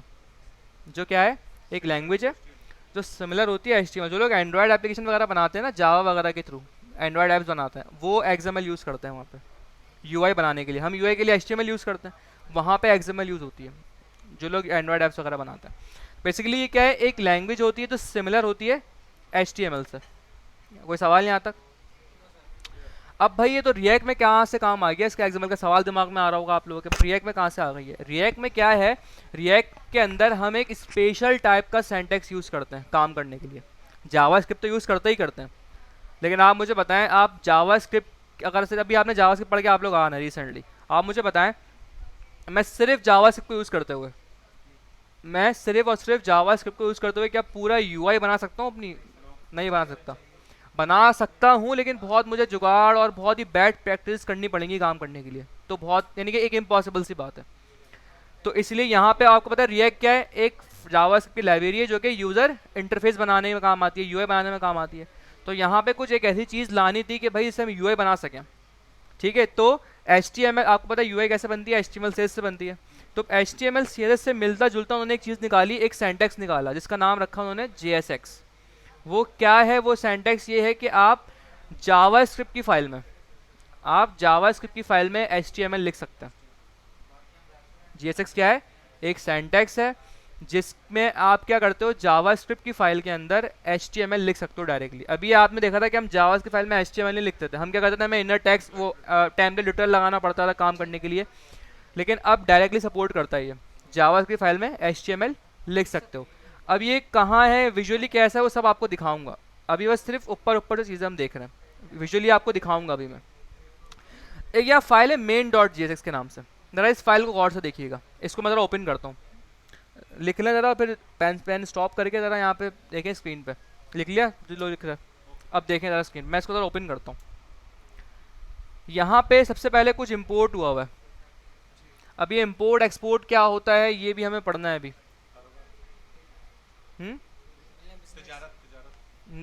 तिजारत, हाँ वही है, तिजारत ही है ये। मैं तिजारत के एंड में ही पढ़ाऊँगा आपको ये, ताकि समझ में आ जाए। हाँ हाँ, हंसने की बात नहीं, तिजारत ही है ये। बस ये वेरिएबल्स की तिजारत है यहाँ पे, फंक्शंस की तिजारत होगी यहाँ पे। सही है। अब यहाँ पे क्या है भाई, इंपोर्ट हुआ है रिएक्ट फ्रॉम रिएक्ट, और कुछ चीज़ें इंपोर्ट हुई हैं। अभी क्या इंपोर्ट हुआ है उस पर हमारा फोकस नहीं है, अभी उसको छोड़ देते हैं 2 मिनट के लिए, क्योंकि अभी मैंने कहा ना हमें कोड नहीं, हमें समझना फोल्डर स्ट्रक्चर, लिंकिंग समझनी है, कैसे चीज़ कनेक्टेड हुई है आपस में। ठीक है, अब ये जो ना पहली लाइन, ये बड़ी इंपॉर्टेंट है यहाँ पे। क्या हुई है इंपॉर्टेंट, रिएक्ट डॉम। अब आपको देखें थोड़ा बहुत तो समझ में आ रहा होगा ना कहाँ से क्या आ रहा है। आपको भले ये ना पता हो रिएक्ट डॉम क्लाइंट क्या है, लेकिन ये कुछ ना कुछ है, इतना तो पता है कुछ ना कुछ होगा। बात समझिएगा जरा, आपको ये नहीं पता होगा भाई कि React slash DOM slash client ये है क्या, लेकिन ये पता है भाई ये कुछ ना कुछ है, यहाँ से कुछ इंपोर्ट हो रहा है। अब इंपोर्ट का मतलब आपको पता होगा क्या होता है, इंपोर्ट कहते हैं किसी चीज़ को उठाना, और एक्सपोर्ट मतलब किसी को बेचना, यानी किसी को आउटसाइड कर देना। ठीक है, कहीं से एक्सपोर्ट हो रहा होगा वो अलग कहानी है, लेकिन यहाँ पे इंपोर्ट हो रहा है। अभी चीज़ों को सिंपल रखते हैं बस, यानी इंपोर्ट मतलब कहीं से उठ के आ रहा है। अरे हाँ भाई, दरामद बरामद जो भी होता है सही है। इसका मतलब कि भाई ये React dash DOM slash client, ये कुछ ना कुछ एक चीज़ होगी, कोई लाइब्रेरी होगी, कुछ भी होगी, हमारा मसला नहीं है, जो भी हो बस कुछ है, हमें इतना पता है। जहाँ से एक रिएक्ट डॉम नाम से कुछ इंपोर्ट हो रहा है, कुछ उठ के आ रहा है इसका मतलब। और React DOM dot create root, कोई फंक्शन होगा इसका, इसका हमारा काम नहीं है, जो भी होगा बाद में देखेंगे। इसके अंदर एक चीज़ लिखी हुई है, ये कुछ जानी पहचानी चीज़ लग रही है आपको, ये लिखते हुए आ रहे हैं आप लोग अभी, लेकिन ये लिखा हुआ है document dot gate element by ID और रूट। अब ये आईडी रूट क्या है, एचटीएमएल में दिखा था आपको डिफ, इसका मतलब ये वो डिफ उठा रहा है यहाँ पे। ठीक है, डॉट रेंडर, रेंडर अभी आपको नहीं पता होगा क्या, लेकिन रेंडर नाम से आपको लग रहा होगा क्या करेगा, कुछ रेंडर करवाएगा, कुछ डिस्प्ले करवाएगा। ऐसी है। क्या डिस्प्ले करवा रहा है भाई? ऐप को। ये स्ट्रिक मोड है, अभी इसको छोड़ दो। ये क्या है? एक ऐप नाम का कुछ लिखा हुआ है यहाँ पे, और ये बड़े एक डिफरेंट स्टाइल में लिखा हुआ है। ऐसी है। अब ये ऐप क्या है भाई, इसके अंदर भी जाते हैं थोड़ी देर में भी। अब सबसे पहले समझते हैं कि ऐप लिखा हुआ, पहली बात है लिखा हुआ कैसे है। ये एक कंपोनेंट है। ये क्या है? एक कंपोनेंट है। कंपोनेंट क्या होते हैं भाई, थोड़ा सा अब मैं आपको बता, अभी अभी उनके चीज़ आ गई तो बता देता हूँ, लेकिन आगे इसको मैं डिटेल में बताऊंगा। अभी के लिए सुन लें। लेकिन आप कंपोनेंट क्या होते हैं, बेसिकली कंपोनेंट कुछ नहीं है, सिर्फ जावास्क्रिप्ट के फंक्शंस होते हैं। आप जावास्क्रिप्ट में फंक्शन बनाते हो, बस वही एक, वो जैसे वो फंक्शन होते हैं वहाँ पे, बस यहाँ पे उनको कंपोनेंट बोलते हैं। जो जावास्क्रिप्ट में फंक्शन होते हैं उनको यहाँ पे क्या बोलते हैं? कंपोनेंट होते हैं। लेकिन इनको कॉल करने का तरीका जावास्क्रिप्ट में अलग होता है, यहाँ पे अलग होता है। अगर मैं आपसे पूछूं कि अगर मुझे ये चीज़ चेक करनी है कि भाई कि ये फंक्शन कॉल हुआ या नहीं हुआ, कैसे चेक करूँगा? मेरे पास एक फंक्शन है किसी भी नाम का, कैसे चेक करूँगा? सवाल समझे, मैं सवाल नहीं समझा, आप सवाल समझे। मेरे पास एक फंक्शन है भाई, प्रिंट माई नेम का एक फंक्शन है, जो कि मेरा नाम प्रिंट कर रहा है, कंसोल डॉट लॉग प्रतिशाम अकरम, जो भी है, ठीक है। एक फंक्शन है, मैं बोलूँ भाई ये प्रिंट माई नेम का जो फंक्शन है, ये कॉल हो रहा है कहीं ना कहीं, मुझे चेक करना है कि कॉल कहाँ हो रहा है, तो उसकी पहचान क्या होगी कॉल करने की? आप बोलेंगे सर उसका नाम और 2 राउंड ब्रैकेट लगा दें, इसका मतलब ये फंक्शन कॉल हो रहा है, ये इसकी पहचान है। आपको पता है रिएक्ट के अंदर जो फंक्शंस होते हैं जावास्क्रिप्ट में, उनको क्या बोलते हैं? कंपोनेंट बोलते हैं। याद रखिएगा इस चीज़ को। रिएक्ट में जो जावास्क्रिप्ट में जो फंक्शन होते हैं वो यहाँ क्या होते हैं? कंपोनेंट। और उनको यहाँ कॉल करने का तरीका ना डिफरेंट होता है। उनकी अब पहचान क्या होती है कि भाई ये चीज़ कंपोनेंट है या नहीं है, उसकी पहचान ये होती है कि सबसे पहले एक ओपनिंग टैग लगाते हैं, इसके बाद कैपिटल लेटर, फर्स्ट लेटर हमेशा कैपिटल होगा इसका। कंपोनेंट की पहचान है कि जब भी बनता है इसका फर्स्ट लेटर क्या होता है? कैपिटल होता है। और ये सेल्फ क्लोजिंग होता है। सेल्फ क्लोजिंग पता है क्या कहते हैं, किसे कहते हैं? मतलब इसका कोई क्लोजिंग टैग नहीं होगा, ये ओपनिंग में ही क्लोज हो जाएगा। कंपोनेंट की 2 पहचान है। सबसे पहली चीज़ तो क्या है? स्टार्ट विद कैपिटल लेटर, और दूसरा कि सेल्फ क्लोजिंग होता है। ये लिख लें, चीज़ों को लिखने वाली बातें भाई, लिख लें। ये नहीं, मसला आएगा जब काम करेंगे तो करके दिखाऊंगा आपको मैं चीज़। अभी हमें काम नहीं कर रहे, अभी बस हम ऊपर ऊपर से चीज़ों को समझ रहे हैं। ओ भाई नबील भाई, लिखने की चीज़ें हैं ये।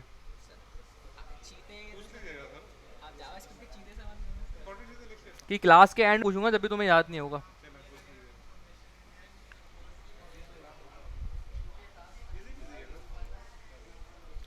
क्लियर है भाई यहाँ तक सारी बातें? अब आपको नहीं पता भाई ऐप के अंदर क्या कहानी चल रही है, लेकिन इतना आपको ज़रूर पता है कि आपके, क्योंकि देखें document dot gate and by I D का मतलब डिव उठ के आ रहा है वहाँ से। कौन सा डिव? जो कि मैं खोल भी देता हूँ फाइल, जो कि HTML के बॉडी के अंदर एक डिव रखा हुआ है रूट, जिसको आईडी दी है, वो उठ के यहाँ पे आ रहा है। ऐसी है। डॉट रेंडर, इसका मतलब इसके अंदर कुछ रेंडर हो रहा है, कुछ भिजवाया जा रहा है इसके अंदर। क्या भिजवाया जा रहा है? ऐप। ये ऐप भिजवाई जा रही है कुछ। इसका मतलब इस जो भी इस ऐप के अंदर होगा वो मुझे यूआई पे दिखेगा। सही है। मैं इस ऐप को ओपन करता हूँ थोड़ी देर में, ज़रा इससे पहले एक काम करता हूँ। जैसे HTML अगर मुझे व्यू करना है कि भाई मेरे यानी कि पेज पे मेरे वेब पेज पे क्या है, तो हम क्या करते थे भाई? लाइव सर्वर खोलते थे या गो लाइव करते थे या सिंपल डबल क्लिक करते थे इंडेक्स डॉट HTML की फाइल में, वो ऐसे हो जाता था। यहाँ पे वो वाला सीन नहीं होता। यहाँ पे क्या होता है हमारे पास, यहाँ पे हमें रिएक्ट का सर्वर चलाना पड़ता है। क्या चलाना पड़ता है? रिएक्ट का सर्वर चलाना पड़ता है, जो कि चलेगा सिर्फ और सिर्फ जब आपके पास नोड JS होगा, अदरवाइज नहीं चलेगा। अब वो सर्वर कैसे चलाते हैं भाई? सर्वर चलाने के लिए जिस पर्टिकुलर अच्छा, ये लोग बहुत ज़्यादा मिस्टेक करते हैं और फिर परेशान हो रहे हैं, सर रिएक्ट की ऐप स्टार्ट नहीं हो रही, मैं मैसेज आ रहा था सर ये नहीं हो रहा, वो नहीं हो रहा। भाई गलती जो लोग करते हैं वो बता रहा हूँ मैं आपको, आपने नहीं करनी। आप सबसे पहले उस डायरेक्टरी के अंदर आ जाएं जिस डायरेक्टरी के अंदर आपकी पैकेज डॉट जेसन की फाइल मौजूद है। सही है। कहाँ आना है सबसे पहले?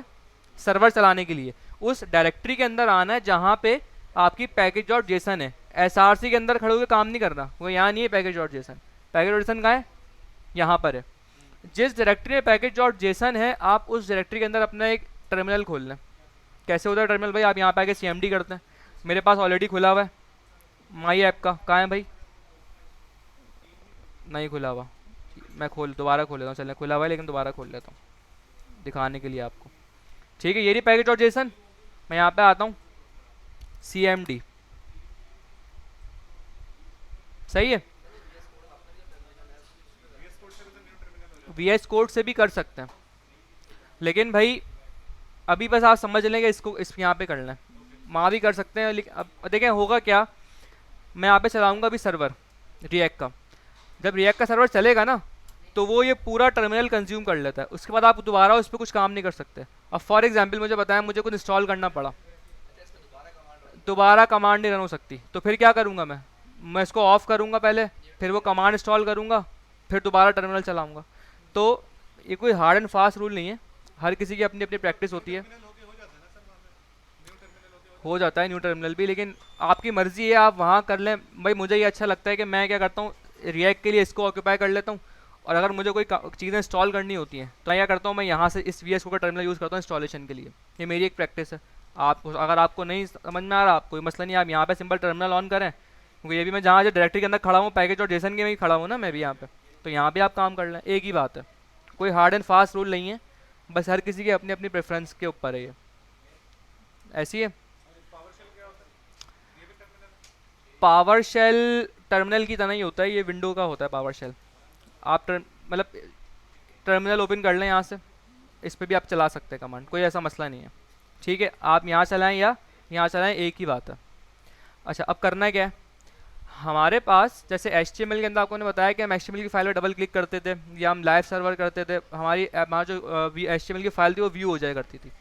अभी हमें ये पता है कि भाई ऐप नाम का कुछ एक कंपोनेंट है जो कि जा रहा है बॉडी के अंदर, क्योंकि रूट्स के थ्रू दिख गया मुझे वहाँ पे कि भाई ID उठाया उसने, वहाँ पे उसने उसको रेंडर करवा दिया। अब उसको व्यू कैसे करूँ मैं, व्यू करने के लिए वहाँ पे एक कमांड होती है।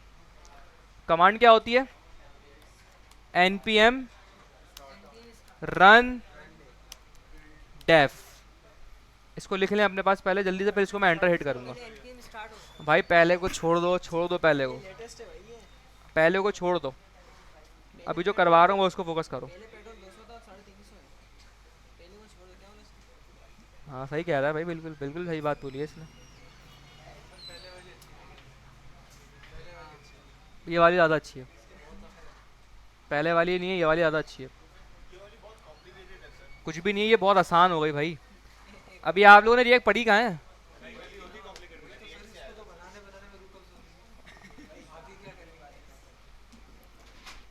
सही है भाई, लिख लिया। ये कमांड है भाई, कल से तुम्हारा कॉपी नहीं हुई ना, क्लास में नहीं आना, बता दिया मैंने।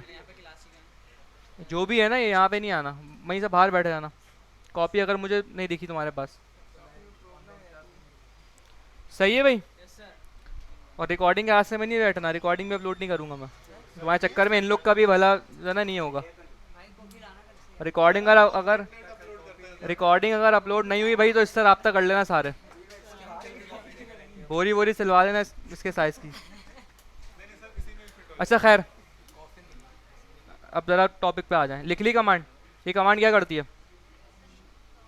ओपन नहीं करती, ये कमांड क्या करती है, रिएक्ट का डेवलपमेंट सर्वर ऑन करने के लिए। हम डेवलपमेंट कर रहे हैं अभी, इसका मतलब कुछ और भी करते होंगे। वो क्या करते हैं, जब हम एप्लीकेशन बनाएंगे ना तो मैं आपको यहाँ पे लाइव करने का तरीका भी बिल्कुल डिफरेंट है। जैसे वहाँ पे बिल्कुल मैंने आपको ना बहुत इजीली नेटलीफाई पे लाइव हो गई थी वेबसाइट, यहाँ ऐसे लाइव नहीं होती। सुन लो, मैं बता रहा हूँ ना, कुछ सुन लो। अबे भाई मेरी तो सुन लो, तुम बड़े हो यहाँ पे, एक काम करो आगे। तो यहाँ पे क्या होता है, हाँ हाँ बिल्कुल हो सकता है भाई, कोई वो थोड़ी है, मैं भी भाई इन्हीं कुर्सी से उठ के यहाँ पे आया हूँ, मैं कोई डायरेक्ट थोड़ी आया, मैं भी एक चेयर से उठ के यहाँ पे आया हूँ। हमारे पास क्या होता है, यहाँ डिप्लॉयमेंट का तरीका थोड़ा डिफरेंट होता है। यहाँ क्या होता है, यहाँ पे पहले हमारी बनती है बिल्ड, क्या बनती है, पहले एक प्रोडक्शन बिल्ड बनती है। उस ये भी कुछ होता है, बस समझ लो होता है, एक कमांड चलाते हैं उससे पूरी प्रोडक्शन बिल्ड बनती है आपकी। ठीक है, उसके लिए एक डिफरेंट सर्वर चलता है। जब वो प्रोडक्शन बिल्ड बन जाती है फिर वो प्रोडक्शन बिल्ड आपके पास जाती है लाइव। अब वो आप गिटहब पे भी लाइव कर सकते हैं, नेटलीफाई पे भी कर सकते हैं, फायरबेस भी कर सकते हैं, कुछ भी कर सकते हैं, बहुत ईजी होता है वो भी। हाँ अगर देखो टाइम हुआ पढ़ाऊंगा, आप लोग ही अगर लगे मुझे आसान थोड़े से तो पढ़ाऊंगा, वरना नहीं पढ़ाऊंगा, क्योंकि फायरबेस आपके कोर्स का पार्ट नहीं है। सुन लो, फायरबेस आपके कोर्स का पार्ट नहीं है, वो मैं ऐसी मतलब समझ लें कि ऐसा एक बोनस एक पढ़ा रहा हूँ तो क्या आपको डेटाबेस का आइडिया हो जाए थोड़ा सा। लेकिन अगर आपके हालात लगे मुझे इस काबिल कि भाई मेहनत मेहनत हो रही है थोड़ी सी तो पढ़ाऊँगा, कल से कॉपी ले रहे हैं। अदरवाइज़ आगे चले जाएंगे हम, क्योंकि फायर बेस और कोई ये भी नहीं बोल सकता कि भाई मुझे सर ने आधा कोर्स पढ़ाया, क्योंकि फायर बेस आपके कोर्स का पार्ट नहीं है। मैं पढ़ाता हूँ ताकि डेटाबेस की नॉलेज आपको थोड़ी सी हो जाए और इंटरेक्शन करना आ जाए, लेकिन उसके लिए मुझे कुछ गर्ड्स अगर दिखे ना कि हाँ भाई कुछ काम वाम हो रहा है या पूरी क्लास रिस्पॉन्ड कर रही है, छुट्टियाँ मारते रहे, प्रोजेक्ट दे रहा हूँ तो वो पता नहीं सो गया आराम से, तो फिर ऐसे नहीं होगा। रिकॉर्डिंग के आसरे में रहे तो फिर मुझसे भी वो कोई उम्मीद नहीं रखेगा भाई। मैंने तो बहुत चीज़ें सोची हैं कि भाई आपको ऐसी इंटरेस्टिंग पूरी ई कॉमर्स ऐप बनवाऊंगा फुल स्टैक, यानी आप नोट जेएस तक पहुंचने से पहले ही पूरी फुल स्टैक ऐप बना लेंगे जिसमें प्रॉपर डेटाबेस होगा, प्रॉपर ऑथेंटिकेशन वगैरह सारी चीज़ें ईच एंड एवरीथिंग होगी इसके अंदर, अमेज़न की टक्कर बन जाएगी। पूरी फुल स्टैक ऐप बना लेंगे आप। लेकिन वो उसके लिए मुझे कुछ दिखना चाहिए कि मेहनत हो रही है, कुछ इंटरेस्ट आ रहा है। कॉपी लेकर आ रहे हैं बस 2 घंटे बस गुजारने के लिए अगर यहाँ बैठे हुए हैं मोबाइल पे लिख रहे हैं नोट्स को, तो बस फिर सर टेक्नोलॉजी का यूज़ कर रहे थे, ये तो सब पुरानी चीज़ों में है नहीं, आप कॉपी पे ही रहो, वही सही है आपके लिए। अच्छा जी, अब मैं ज़रा कर रहा हूँ एंटर हिट, ये कमांड लिख लीजिएगा अपने पास क्या होती है। मुझे एक एरर मिल गया, एरर क्या कह रहा है भाई, Vite is not recognise as internal, उसको पता ही नहीं है वीट है क्या। अब तुम्हें समझ में आएगा कि तुम बोले थे ना कि इतनी लंबी इंस्टॉलेशन हो रही, वो अब दोबारा यहाँ पे आएगी। बस बात वही है, पार्ट्स में कर दिया उसको, वो भी वो काम भी हमें करना ही है अभी यहाँ पे, लेकिन उसको एक सेकंड पार्ट में कर दिया। अभी कह रहा है भाई इसको पता ही नहीं है वीट क्या है, इसको पता ही नहीं है वीट क्या है। क्यों नहीं पता, देखें हम जब भी रिएक्ट का प्रोजेक्ट बनाते हैं ना, वहाँ पे हमारे पास एक चीज़ होती है नोड मॉड्यूल्स के नाम से एक फोल्डर होता है, वो फोल्डर यहाँ मिसिंग है। हमें पहले नोड मॉड्यूल इंस्टॉल करने पड़ते हैं यहाँ पे। अब मैं आपको बताऊंगा कि भाई नोड मॉड्यूल्स की क्या ऐसी अहमियत है कि उसके बगैर ये प्रोजेक्ट मेरा चल ही नहीं रहा। सर, वही जिसके बारे में बोल रहा था अब समझा। वही तुम्हारी वाली बात, पहले वो इंस्टॉल हुए हुए आते थे, अब हमें करने पड़ने अलग से। ये भी अलग से करना पड़ेगा। जी, इसका मतलब नोड मॉड्यूल मुझे इंस्टॉल करने पड़ेंगे पहले। उसकी क्या कमांड होती है, नोड मॉड्यूल इंस्टॉल करने की कमांड हमारे पास होती है npm i। कुछ लोग npm i लिखते हैं, कुछ लोग npm इंस्टॉल लिख देते हैं, दोनों का एक ही मतलब है, आई सही है, शॉर्ट है। आई लिख दो भाई, npm i। अब इससे क्या हो रहा है, आपके नोड मॉड्यूल इंस्टॉल हो रहे हैं। अब पुरानी रिएक्ट में क्या होता था, पर बात कुछ भी नहीं किया, पर थोड़ा सा घुमाया है। पहले क्या होता था, रिएक्ट में एक ही कमांड से दोनों चीज़ें बन के आती थी। अब क्या होता था कि अब आपके पास एक प्रोजेक्ट अलग कमांड से बन रहा है और नोड मॉड्यूल अलग कमांड से आपको अलग से इंस्टॉल करने पड़ रहा है, बस ये फ़र्क हुआ है। सर, ये हर दफ़ा करने पड़ेंगे। फर्स्ट टाइम ना, वेरी फर्स्ट टाइम, हर एप्लीकेशन के लिए फर्स्ट टाइम करने पड़ेंगे बिल्कुल। तो npm i लिखने में कितनी देर लग रही है, थोड़ी सी, ये इंटरनेट की स्पीड पे डिपेंड करता है, तो तेज़ चल रहा है, ठीक है। सर, ये वर्जन 20 रखते तो मेरे ख्याल में रिएक्ट के कोड भी हट जाएगा, वो भी सब हमें करना पड़ेगा। हाँ हाँ, जिस हिसाब से इनकी तरक्की जा रही है। नहीं नहीं, और आसान हो जाएंगी चीज़ें। इंस्टॉल होगा npm, अब भाई क्या प्रूफ है इंस्टॉल हुए नहीं हुए, आप सिंपल जाएं अपने VS कोड के अंदर, देखें यहाँ पे आपको एक फोल्डर मिल गया है नोड मॉड्यूल्स का, आ गया फोल्डर ये। अच्छा यार, कितने लोग ऐसे हैं जिन्होंने रिएक्ट पढ़ी हुई है, थोड़ी बहुत ही पढ़ी हो पहले वेजेस के अंदर। हाँ हाँ, नो हाउ वाली बात कर रहा हूँ मैं, आप हो उसमें, सही है। तुम तो सीनियर इंसान हो, तुम तो अभी स्टूडेंट बन गए, तुम पहले टीचर थे, सही है मेरा भी रिएक्ट वाला सीन ऐसा नहीं करता है। सही है। तो नोड मॉड्यूल्स आ गए आपके पास, अब मैं वही कमांड चलाऊंगा तो देखें मेरा काम हो जाएगा। अब मैं आपको बताऊंगा ये चीज़ कि भाई नोड मॉड्यूल में ऐसी क्या कहानी है, और ये ऐसी चीज़ें होती हैं जो बहुत से लोगों को नहीं पता होता, उनको काम करना आता है भाई npm इंस्टॉल चलाएंगे तो ही काम होगा। पूछो भाई क्यों, मैं नहीं लगाऊँ तो क्या मसला है, उनको बोलूँगा भाई बस रूल है।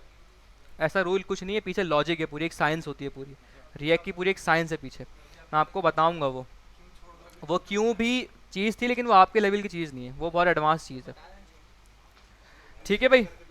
क्या कमांड थी जल्दी बताओ, सर्वर स्टार्ट करने की, सर्वर स्टार्ट करने की, npm स्टार्ट नहीं, npm रन डेव, स्टार्ट नहीं चलेगी अब, npm रन, क्या क्या बोले जा रहे हो भाई, बिल्ड विल्ड नहीं है, npm रन डेव है। वो तो सर्वर ऑन करने की ना। मैं सर्वर ही ऑन करने की पूछ रहा हूँ, अच्छा, वो तो फिर एनपीएम रन है। सही है। npm रन डेव स्टार्ट किया मैंने, तो यहाँ देखें मुझे कोई इस तरह का मिल गया एक, और एक कर्सर ब्लिंक हो रहा है यहाँ बार बार, इसका मतलब एक सर्वर स्टार्ट हो गया आपका। अब आप देखें यहाँ पे कुछ भी काम नहीं कर, मैं कुछ टाइप करूँगा यहाँ पे तो मतलब मैं कुछ यानी कि कुछ इंस्टॉल कुछ नहीं कर सकता यहाँ पे, मैं लिखूँगा npm, कुछ भी लिखा नहीं जा रहा, इट मीन्स कि मेरा सर्वर स्टार्ट हो गया। अब मैं इसके अलावा यहाँ पे कुछ भी काम नहीं कर सकता, सही है। अगर आपने कुछ काम करना है तो आपने पहले सर्वर को बंद करना पड़ेगा और फिर दोबारा से कुछ काम करना पड़ेगा। सर्वर बंद करना बताता हूँ। पहले आपको देखें यहाँ पे एक लिंक मिल गया आपको, HTTP localhost 5173/। ठीक है, ये बेसिकली आपके एक URL है कि आप डेवलपमेंट करते वक्त, अभी लोकल होस्ट मतलब आप लोकली काम कर रहे हैं ना, आप किसी लाइव वेबसाइट थोड़ी काम कर रहे हैं। लोकल मतलब आप अपने पीसी पे काम कर रहे हैं, तो लोकल होस्ट से ये मुराद होता है कि अपने पीसी लोकल पे काम कर रहे हैं। तो आप क्या करें, सिंपल लिंक को यहाँ से उठाएं, कॉपी करें और ज़रा ओपन करें। अभी आपका सर्वर यहाँ पे जो व्यू है ना, आपको रिएक्ट का व्यू मिल जाएगा। मैं Ctrl+V किया मैंने और एंटर हिट किया। अब वो तो सारी, अब आपको समझ में आएगा, तो सारी स्टाइलिंग और सीधे हुई हुई है ना, वो सारी इसलिए हुई हुई थी, इसको डिज़ाइन किया हुआ है पूरा इन्होंने। सही है। अब ये इस तरह के मुझे देखें कितना प्यारा उन्होंने ओवर दिया हुआ है। क्या दिया भाई? एसवीजी तो हैं, ये होवर करने पे ऐसा है जो आ रहा है। ये क्या होता है सीएस के अंदर? बॉक्स शेडो होता है। शुगर है भाई, कुछ पता है। बॉक्स शेडो है। सही है। अब आप बोलोगे सर वो तो सारी चीज़ समझ में आ गई मुझे, वो अब समझ में आ गया रूट वगैरह का क्या चक्कर था, लेकिन आपको एक चीज़ में कन्फ्यूजन होगी कि ये सारी चीज़ तो दिखी ही नहीं, कहाँ थी हैं ये, आ कैसे गई? ये कहाँ दिखी, कहाँ लिखा हुआ दिखा आपको वीट प्लस रिएक्ट और ये सारी चीज़ें कहाँ लिखी हुई दिखी? कहाँ है बताओ ज़रा मुझे, कहाँ? कहाँ? इसमें तो मैं गया ही नहीं हूँ अभी तक। कब गया भाई? मैंने सवाल वो पूछ रहा हूँ, उसका जवाब दो, आगे नहीं, ज़्यादा आगे नहीं जाओ। मैंने सवाल ये पूछा है कि भाई ये चीज़ें आपको कहाँ देखने को मिली थी? अभी तक कहीं भी देखने को मुझे नहीं मिली चीज़ें ये। ठीक है, एसवीजी हाँ देखी थी हम लोगों ने भाई, कि रिएक्ट की एसवीजी थी और ये एसवीजी थी, लेकिन ये सब जो लिखा हुआ ये सब नहीं पता मुझे कहाँ है। और मुझे एक चीज़ पता है लेकिन, कि जो मैं व्यू कर रहा हूँ अभी, मेरा एक ऐप नाम ही कुछ कंपोनेंट था, उसको व्यू कर रहा हूँ मैं, क्योंकि वोट के रूट में जा रहा था। अब समझ में आया कनेक्शन कैसे बन रही है? एचटीएमएल में जो रूट रखा हुआ था उसका मतलब क्या है। और एक और मजे की चीज़ आपको दिखाता हूँ मैं, चले वो बाद में दिखाऊंगा, पहले इससे पहले ऐप को तरह ऐप को विजिट करते हैं भाई। अब ये ऐप है ना, इसका मतलब ये कुछ ना कुछ है, कंपोनेंट है, इसके अंदर कुछ चीज़ होगी। यहाँ पे क्या है, अगर आपने जैसे किसी भी चीज़ के अंदर जाके देखना है इसमें क्या है, यहाँ पे आप उस चीज़ पे हो जाएं, कंट्रोल क्लिक करें, आप उसके अंदर चले जाएंगे यहाँ पे। ठीक है, जैसे मैं क्लिक करूँगा मैं इस ऐप के अंदर चले जाऊँगा। यहाँ पे मैंने यहाँ पे आया क्लिक किया, इस ऐप के अंदर आ गया मैं। अब जरा इस ऐप को देखें, ये ऐप क्या है? मैंने आपको बताया था ऐप क्या है, एक कंपोनेंट है, लेकिन ये क्या दिख रहा है आपको असल में? एक फंक्शन है। तो बताया था ना, कंपोनेंट क्या है? Nothing but function. जावास्क्रिप्ट के फंक्शंस को ही यहाँ पे कंपोनेंट कहता है। लेकिन यहाँ पे देखें कुछ एक अलग, भाई अभी ऐसी टर्मिनोलॉजी यूज़ नहीं करो, मुझसे पर्सनल पूछना तुम आगे सवाल देखो, पूछो नहीं, बाद में पूछना अभी, क्योंकि बाकी सारे कंफ्यूज हो जाएंगे यहाँ पे। सही है, ये देखो ऐसे लोग, इसलिए मना कर रहा हूँ मैं, इसलिए मना कर रहा हूँ मैं। तुम्हें अगर पूछना है तो पर्सनली पूछना मुझसे, नहीं जज्बात पे काबू रखो, फिर मुझसे काबू नहीं रहेगा बेइज्जती करने में। तो इसलिए लिमिट जो है वो अपने उसमें रहोगे भाई, अभी जो बाउंड्री है उसके अंदर रहो, क्योंकि बाकी सारे कंफ्यूज हो जाएंगे। फिर अब तुमने बोला फ्रैगमेंट, अब सबके दिमाग में आ रहा भाई ये क्या नई चीज़ आ गई फ्रैगमेंट। सही है, आगे सारे टॉपिक्स आएंगे डिटेल में। ये कहीं जाना है क्या, इतनी जल्दी क्यों है? ये लो फिर, नहीं मुझे कुछ पता ही नहीं है अभी, मुझे नहीं पता भाई क्या कह रहे हो आप, मुझे नहीं पता इसके बारे में। नहीं मुझे मुझे पता यूट्यूब क्या होता है, मुझे ही नहीं पता भाई। ये सारी जो चीज़ें हैं ना, जितनी भी चीज़ें हैं, ये आपको ये बहस में आप पढ़ोगे ही नहीं इंशाल्लाह। आपको इस तरह से चीज़ें डिलीवर होंगी कि आपको ये बहस करने का वो रह ही नहीं जाएगा कि भाई एक डिफ क्यों है या एक डिफ में कैसे काम होगा। असल ना हिट करो कॉन्सेप्ट पे, रट्टे पे हिट नहीं करो। ये वो लोग करते हैं बाद में रट्टा लगाते हैं, क्योंकि कॉन्सेप्ट तो होता नहीं है, रट्टा लगा लेते हैं चीज़ों का। इसलिए मैंने याद है फर्स्ट क्लास में कहा था, रटना नहीं है कुछ, आपने कॉन्सेप्ट लेना है, कॉन्सेप्ट को हिट करें डायरेक्ट। बस आप जो भी प्रॉब्लम आपके सामने है, आपके हाथ में कॉन्सेप्ट होगा ना, आप उसको अपनी प्रॉब्लम को उस कॉन्सेप्ट पे मैप कर देंगे। खैर आगे चलते हैं भाई। अब यहाँ कुछ चीज़ें दिख रही हैं आपको, मैं जो फालतू की चीज़ें सारी हटा देता हूँ, और ये मुझसे कोई पूछे ना भाई ये सर क्या है, ये हम सारी चीज़ें पढ़ेंगे डिटेल में। इसको देखें, ये क्या है, एंकर में देखें, ये आपको दिख रहा है यहाँ पे एक इमेज लगी हुई है जो दिख रही थी। अब यहाँ पे आपको मिलेगा वो लिखा हुआ वीट प्लस रिएक्ट का H1 का एक टैग है, दिख रहा है।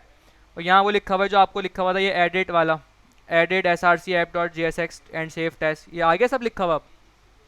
तो यहाँ से दिख रहा है। और एक मजे की बात आपको बताऊँ मैं, सही है, मैं इसको करता हूँ इंस्पेक्ट। अभी आपने देखा था कि HTML के अंदर क्या पड़ा हुआ था, एक एम्प्टी डिफ था रूट का, और कुछ भी नहीं था इसके अंदर।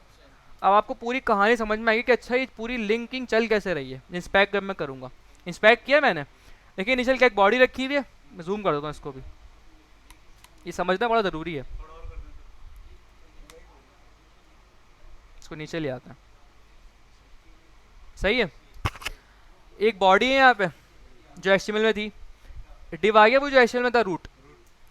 अब देखिए रूट के अंदर क्या आ रहा है, रूट का मतलब मैं ओपन करूँ ना, यहाँ एक एम्प्टी डिव आ रहा है जिसके अंदर आपके पास एंकर रखे हुए दो, यानी रूट के अंदर आपकी पूरी ये चीज़ बन के आ रही है। ये एक एम्प्टी डिव है, फिर एंकर आ गए, फिर वीट प्लस रिएक्ट आ गया।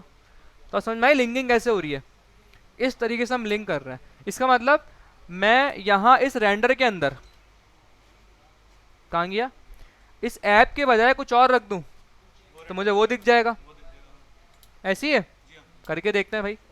मैंने इस ऐप को हटा दिया यहाँ से, मैंने क्या किया, मैं यहाँ पे एक H1 लिखता हूँ, सही है। अच्छा ये मैं लिख मतलब चलें अभी इसको छोड़ें, मैं पे लिख के दिखाता हूँ आपको। पहले हेलो वर्ल्ड सेव किया मैंने, क्या आ गया, मैंने रिफ्रेश किया यहाँ पे। यहाँ एक चीज़ का ये फ़ायदा है, आपको रिफ्रेश की नीड नहीं पड़ती, आप बस सेव करेंगे ऑटोमेटिक अपडेट हो जाता है।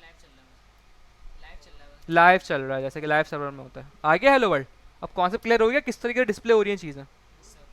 लेकिन हम ऐसा ना कभी कभी करते ही नहीं है, हम यहाँ पे हमेशा इस फाइल में हम काम करते ही नहीं है, इसको ऐसे डिफ़ॉल्ट रखे रहता है। मैं इस ऐप के अंदर आता हूँ, अब थोड़ा सा पहले ऐप को समझने की नीड है। मैं इसको थोड़ा सा क्लीन करता हूँ यहाँ से, ये सारी चीज़ें हटा देता हूँ यहाँ से। मैं इसको एक फंक्शन रखता हूँ। मैं आपको क्या पता है कंपोनेंट क्या होता है, फंक्शन होता है ना भाई। ये फंक्शन बन गया पूरा।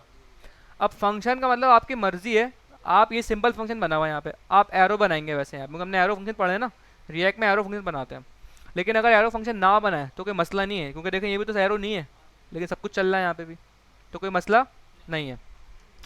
अच्छा अब दो तीन चीज़ें हैं। सबसे पहली बात तो ये, अभी इस एक्सपोर्ट को भी फिलहाल छोड़ देते हैं। क्या ये क्यों लगाया मैंने यहाँ पे, क्योंकि मैं इंपोर्ट एक्सपोर्ट पढ़ाऊंगा आपको पहले, फिर रिएक्ट पे जाएंगे हम, क्योंकि ये ज़रूरी है पढ़ना पहले इंपोर्ट एक्सपोर्ट क्या होता है।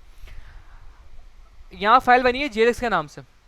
अभी ये जो फंक्शन बनाया हुआ है इसमें आपको कुछ भी नया नहीं दिख रहा होगा, यानी जावास्क्रिप्ट में भी ऐसे ही बनता था। लेकिन अब एक चीज़ आपको नहीं दिखेगी, क्या कि इस फंक्शन के अंदर मैं एक चीज़ पहले रिटर्न लगा रहा हूँ, रिटर्न वहाँ भी लगाते थे, कोई ऐसी नई चीज़ नहीं है। लेकिन अब जो आगे काम कर रहा हूँ वो देखिएगा, इस रिटर्न के साथ मैं डायरेक्ट HTML लिख रहा हूँ, एक डिव बना दिया मैंने यहाँ पे। वहाँ रिटर्न के बाद आप सिंपल एक चीज़ लिखते थे बस, और वो भी HTML नहीं होती थी आपकी। बताने का मतलब क्या है, यहाँ पे HTML लिख रहा हूँ मैं लिखा है यहाँ पे H1 हेलो, ये हेलो छोड़ो बहुत हो गया हेलो वर्ल्ड।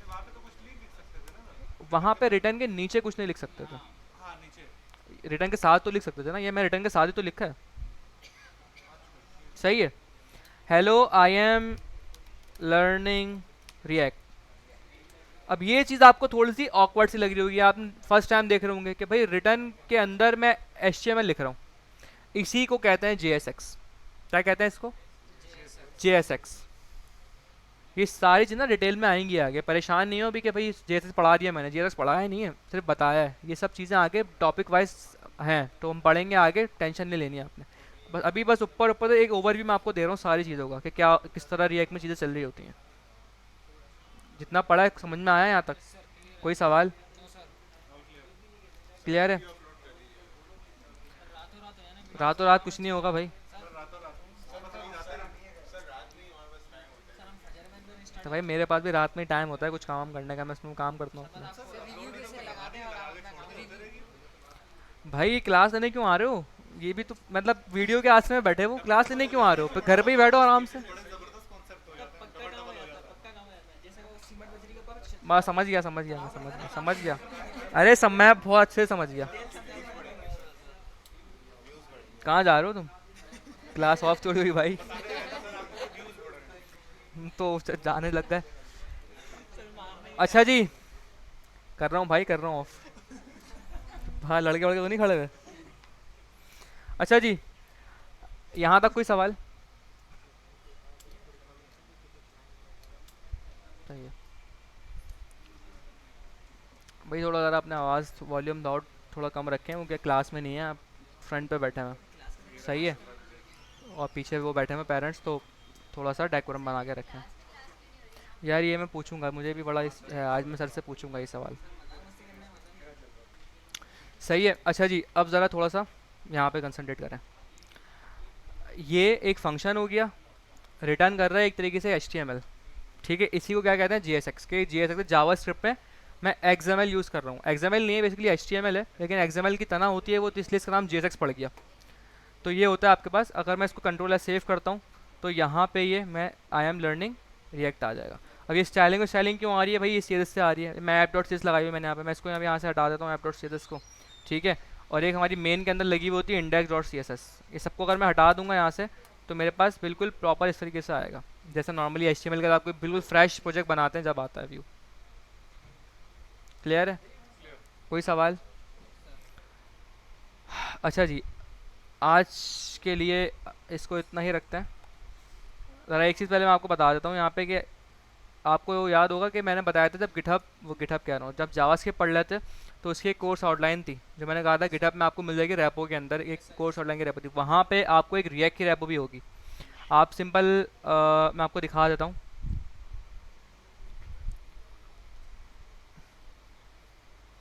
कुछ इस तरह की होगी वो। ठीक है, इसके अंदर हम लोगों ने रिएक्ट पढ़ लिया था कल फर्स्ट क्लास में भाई, कि क्यों हम रिएक्ट पे मूव करें, क्या ऐसे चैलेंजेस थे हमें कि हमें जो रिएक्ट पे आना पड़ा। इसके अलावा वर्चुअल डॉम, उसको छोड़ दो अभी। वर्चुअल डॉम क्या होता है कल बताया था मैंने, दोबारा देख लेंगे इसको, कोई मसला नहीं है। ठीक है, बता दूंगा दोबारा क्या होता है, मैं कल बताया था आपको रिएक्ट डॉम वर्चुअल डॉम क्या होता है।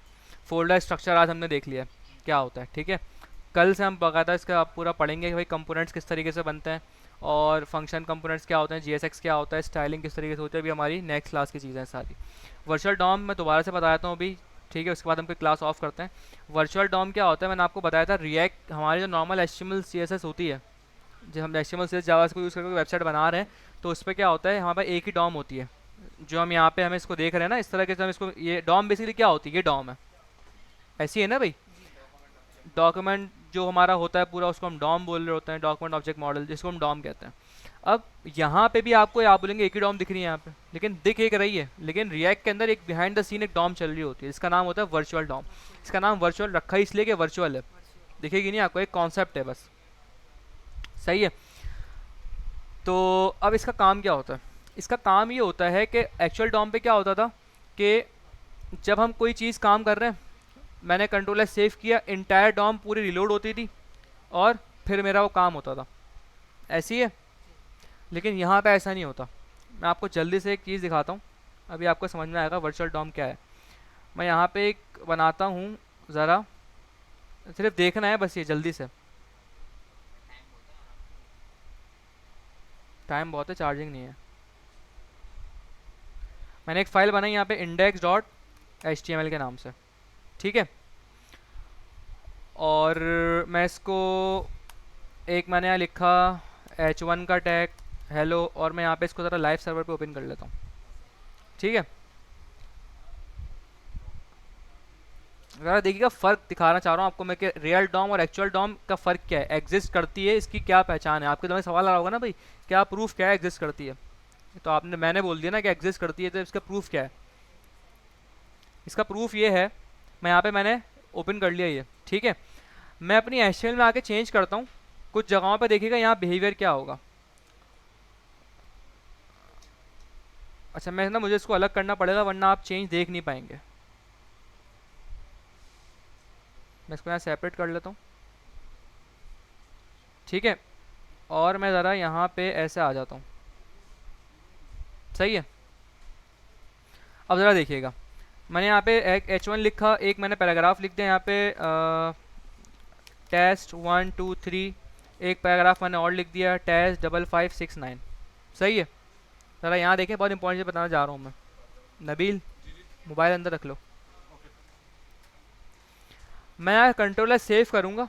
अच्छा देखिएगा ज़रा क्या होगा, इस डॉम को मॉनिटर करिएगा ज़रा। ये हमारी कौन सी डॉम है, नॉर्मल HTML CSS जावास्क्रिप्ट जो हमारी डॉम होती है, इसको एक्चुअल डॉम हम बोल रहे हैं, या रियल डॉम भी इसको कहते हैं। मैंने किया कंट्रोल एस सेव, क्या हुआ, पूरी डॉम रिलोड हुई और मेरा आंसर जो आउटपुट है मुझे वो दिख गया यहाँ पे। ठीक है, देखें आउटपुट आ गया यहाँ पे। अब ठीक है, ये बिहेवियर था। अब मुझे एक जगह चेंज करना है जाके, जैसे मैंने ये 1 2 है टेस्ट 1 2 3 लिखा है, मुझे टेस्ट 1 2 3 को करना है टेस्ट 5 5 5 5, यानी कुछ भी मुझे एक मैंने से एक पर्टिकुलर जगह चेंज किया इस सेकंड वाले पैराग्राफ में, ऐसी है, और कहीं चेंज तो नहीं किया मैंने। अब मैं कंट्रोलर सेव करूँ, देखिएगा डॉम का बिहेवियर, कंप्लीट डॉम रिरेंडर हुई है पूरी। अब इस कंप्लीट डॉम का मतलब समझें आप क्या है, हो सकता है हेड में 50 सेल्स की फाइल लगी हो सकता है 50 बॉडी के नीचे जावास की फाइल लगी हो, तो अब जब डॉम रिलोड हुई ना पूरी, इसका मतलब वो सारी की सारी फाइल दोबारा से एग्जीक्यूट होंगी, तो इसलिए पेज लेता है टाइम लोड होने में। और समझ में आया रिएक्ट फास्ट क्यों हो रही है। अब रिएक्ट पे यही सेम बिहेवियर मैं आपको दिखाता हूँ रिएक्ट के अंदर। मैं इसी को उठाता हूँ पूरा यहाँ से, कॉपी करता हूँ इसको मैं। अब हम जाते हैं रिएक्ट के ऊपर, ये रिएक्ट की डॉम आ गई यहाँ पे, ठीक है। और मैं अब रिएक्ट वाला जो फोल्डर है उसको निकालता हूँ बाहर, इसको निकाल लिया मैंने यहाँ से बाहर, ठीक है। और तो ज़्यादा ही छोटा हो गया लग रहा है, ठीक है, इसको थोड़ा सा बड़ा कर देता है। ऐप के अंदर आता हूँ मैं, अब जो मैंने सारी चीज़ें लिखी मैं यहाँ लिखता हूँ, मैंने पेस्ट कर दिया। अब मैं करता हूँ यहाँ पे सेव, कुछ भी नहीं हुआ लेकिन मैंने सेव कर दिया है। और क्या प्रूफ है भाई, आउटपुट आ गया, यानी डॉम रिलोड हो ही नहीं रही है यहाँ पे। और डैप में जाते हैं ज़रा, ठीक है। अब देखें अब आया यहाँ पे, मैं ज़रा अब एक चीज़ में चेंज करता हूँ, इसको मैं यहाँ से ओपन करता हूँ डिफ को ताकि आपको दिखता रहे, ठीक है। अब मैं एक जगह चेंज कर रहा हूँ, सुने सुने देखे ना, वही बता रहा हूँ मैं, हेलो है ना यहाँ पे, मैं इस हेलो को बस चेंज, वैसे वहाँ मैंने एक जगह चेंज किया था बस, ऐसे ही मैं यहाँ पे एक जगह चेंज कर रहा हूँ। इस हेलो को मुझे क्या करना है, रिएक्ट करना है, सही है। मैं कर रहा हूँ कंट्रोल एस सेव, ज़रा डॉम पे नज़र रखिएगा अपनी, ये मैंने किया यहाँ पे सेव,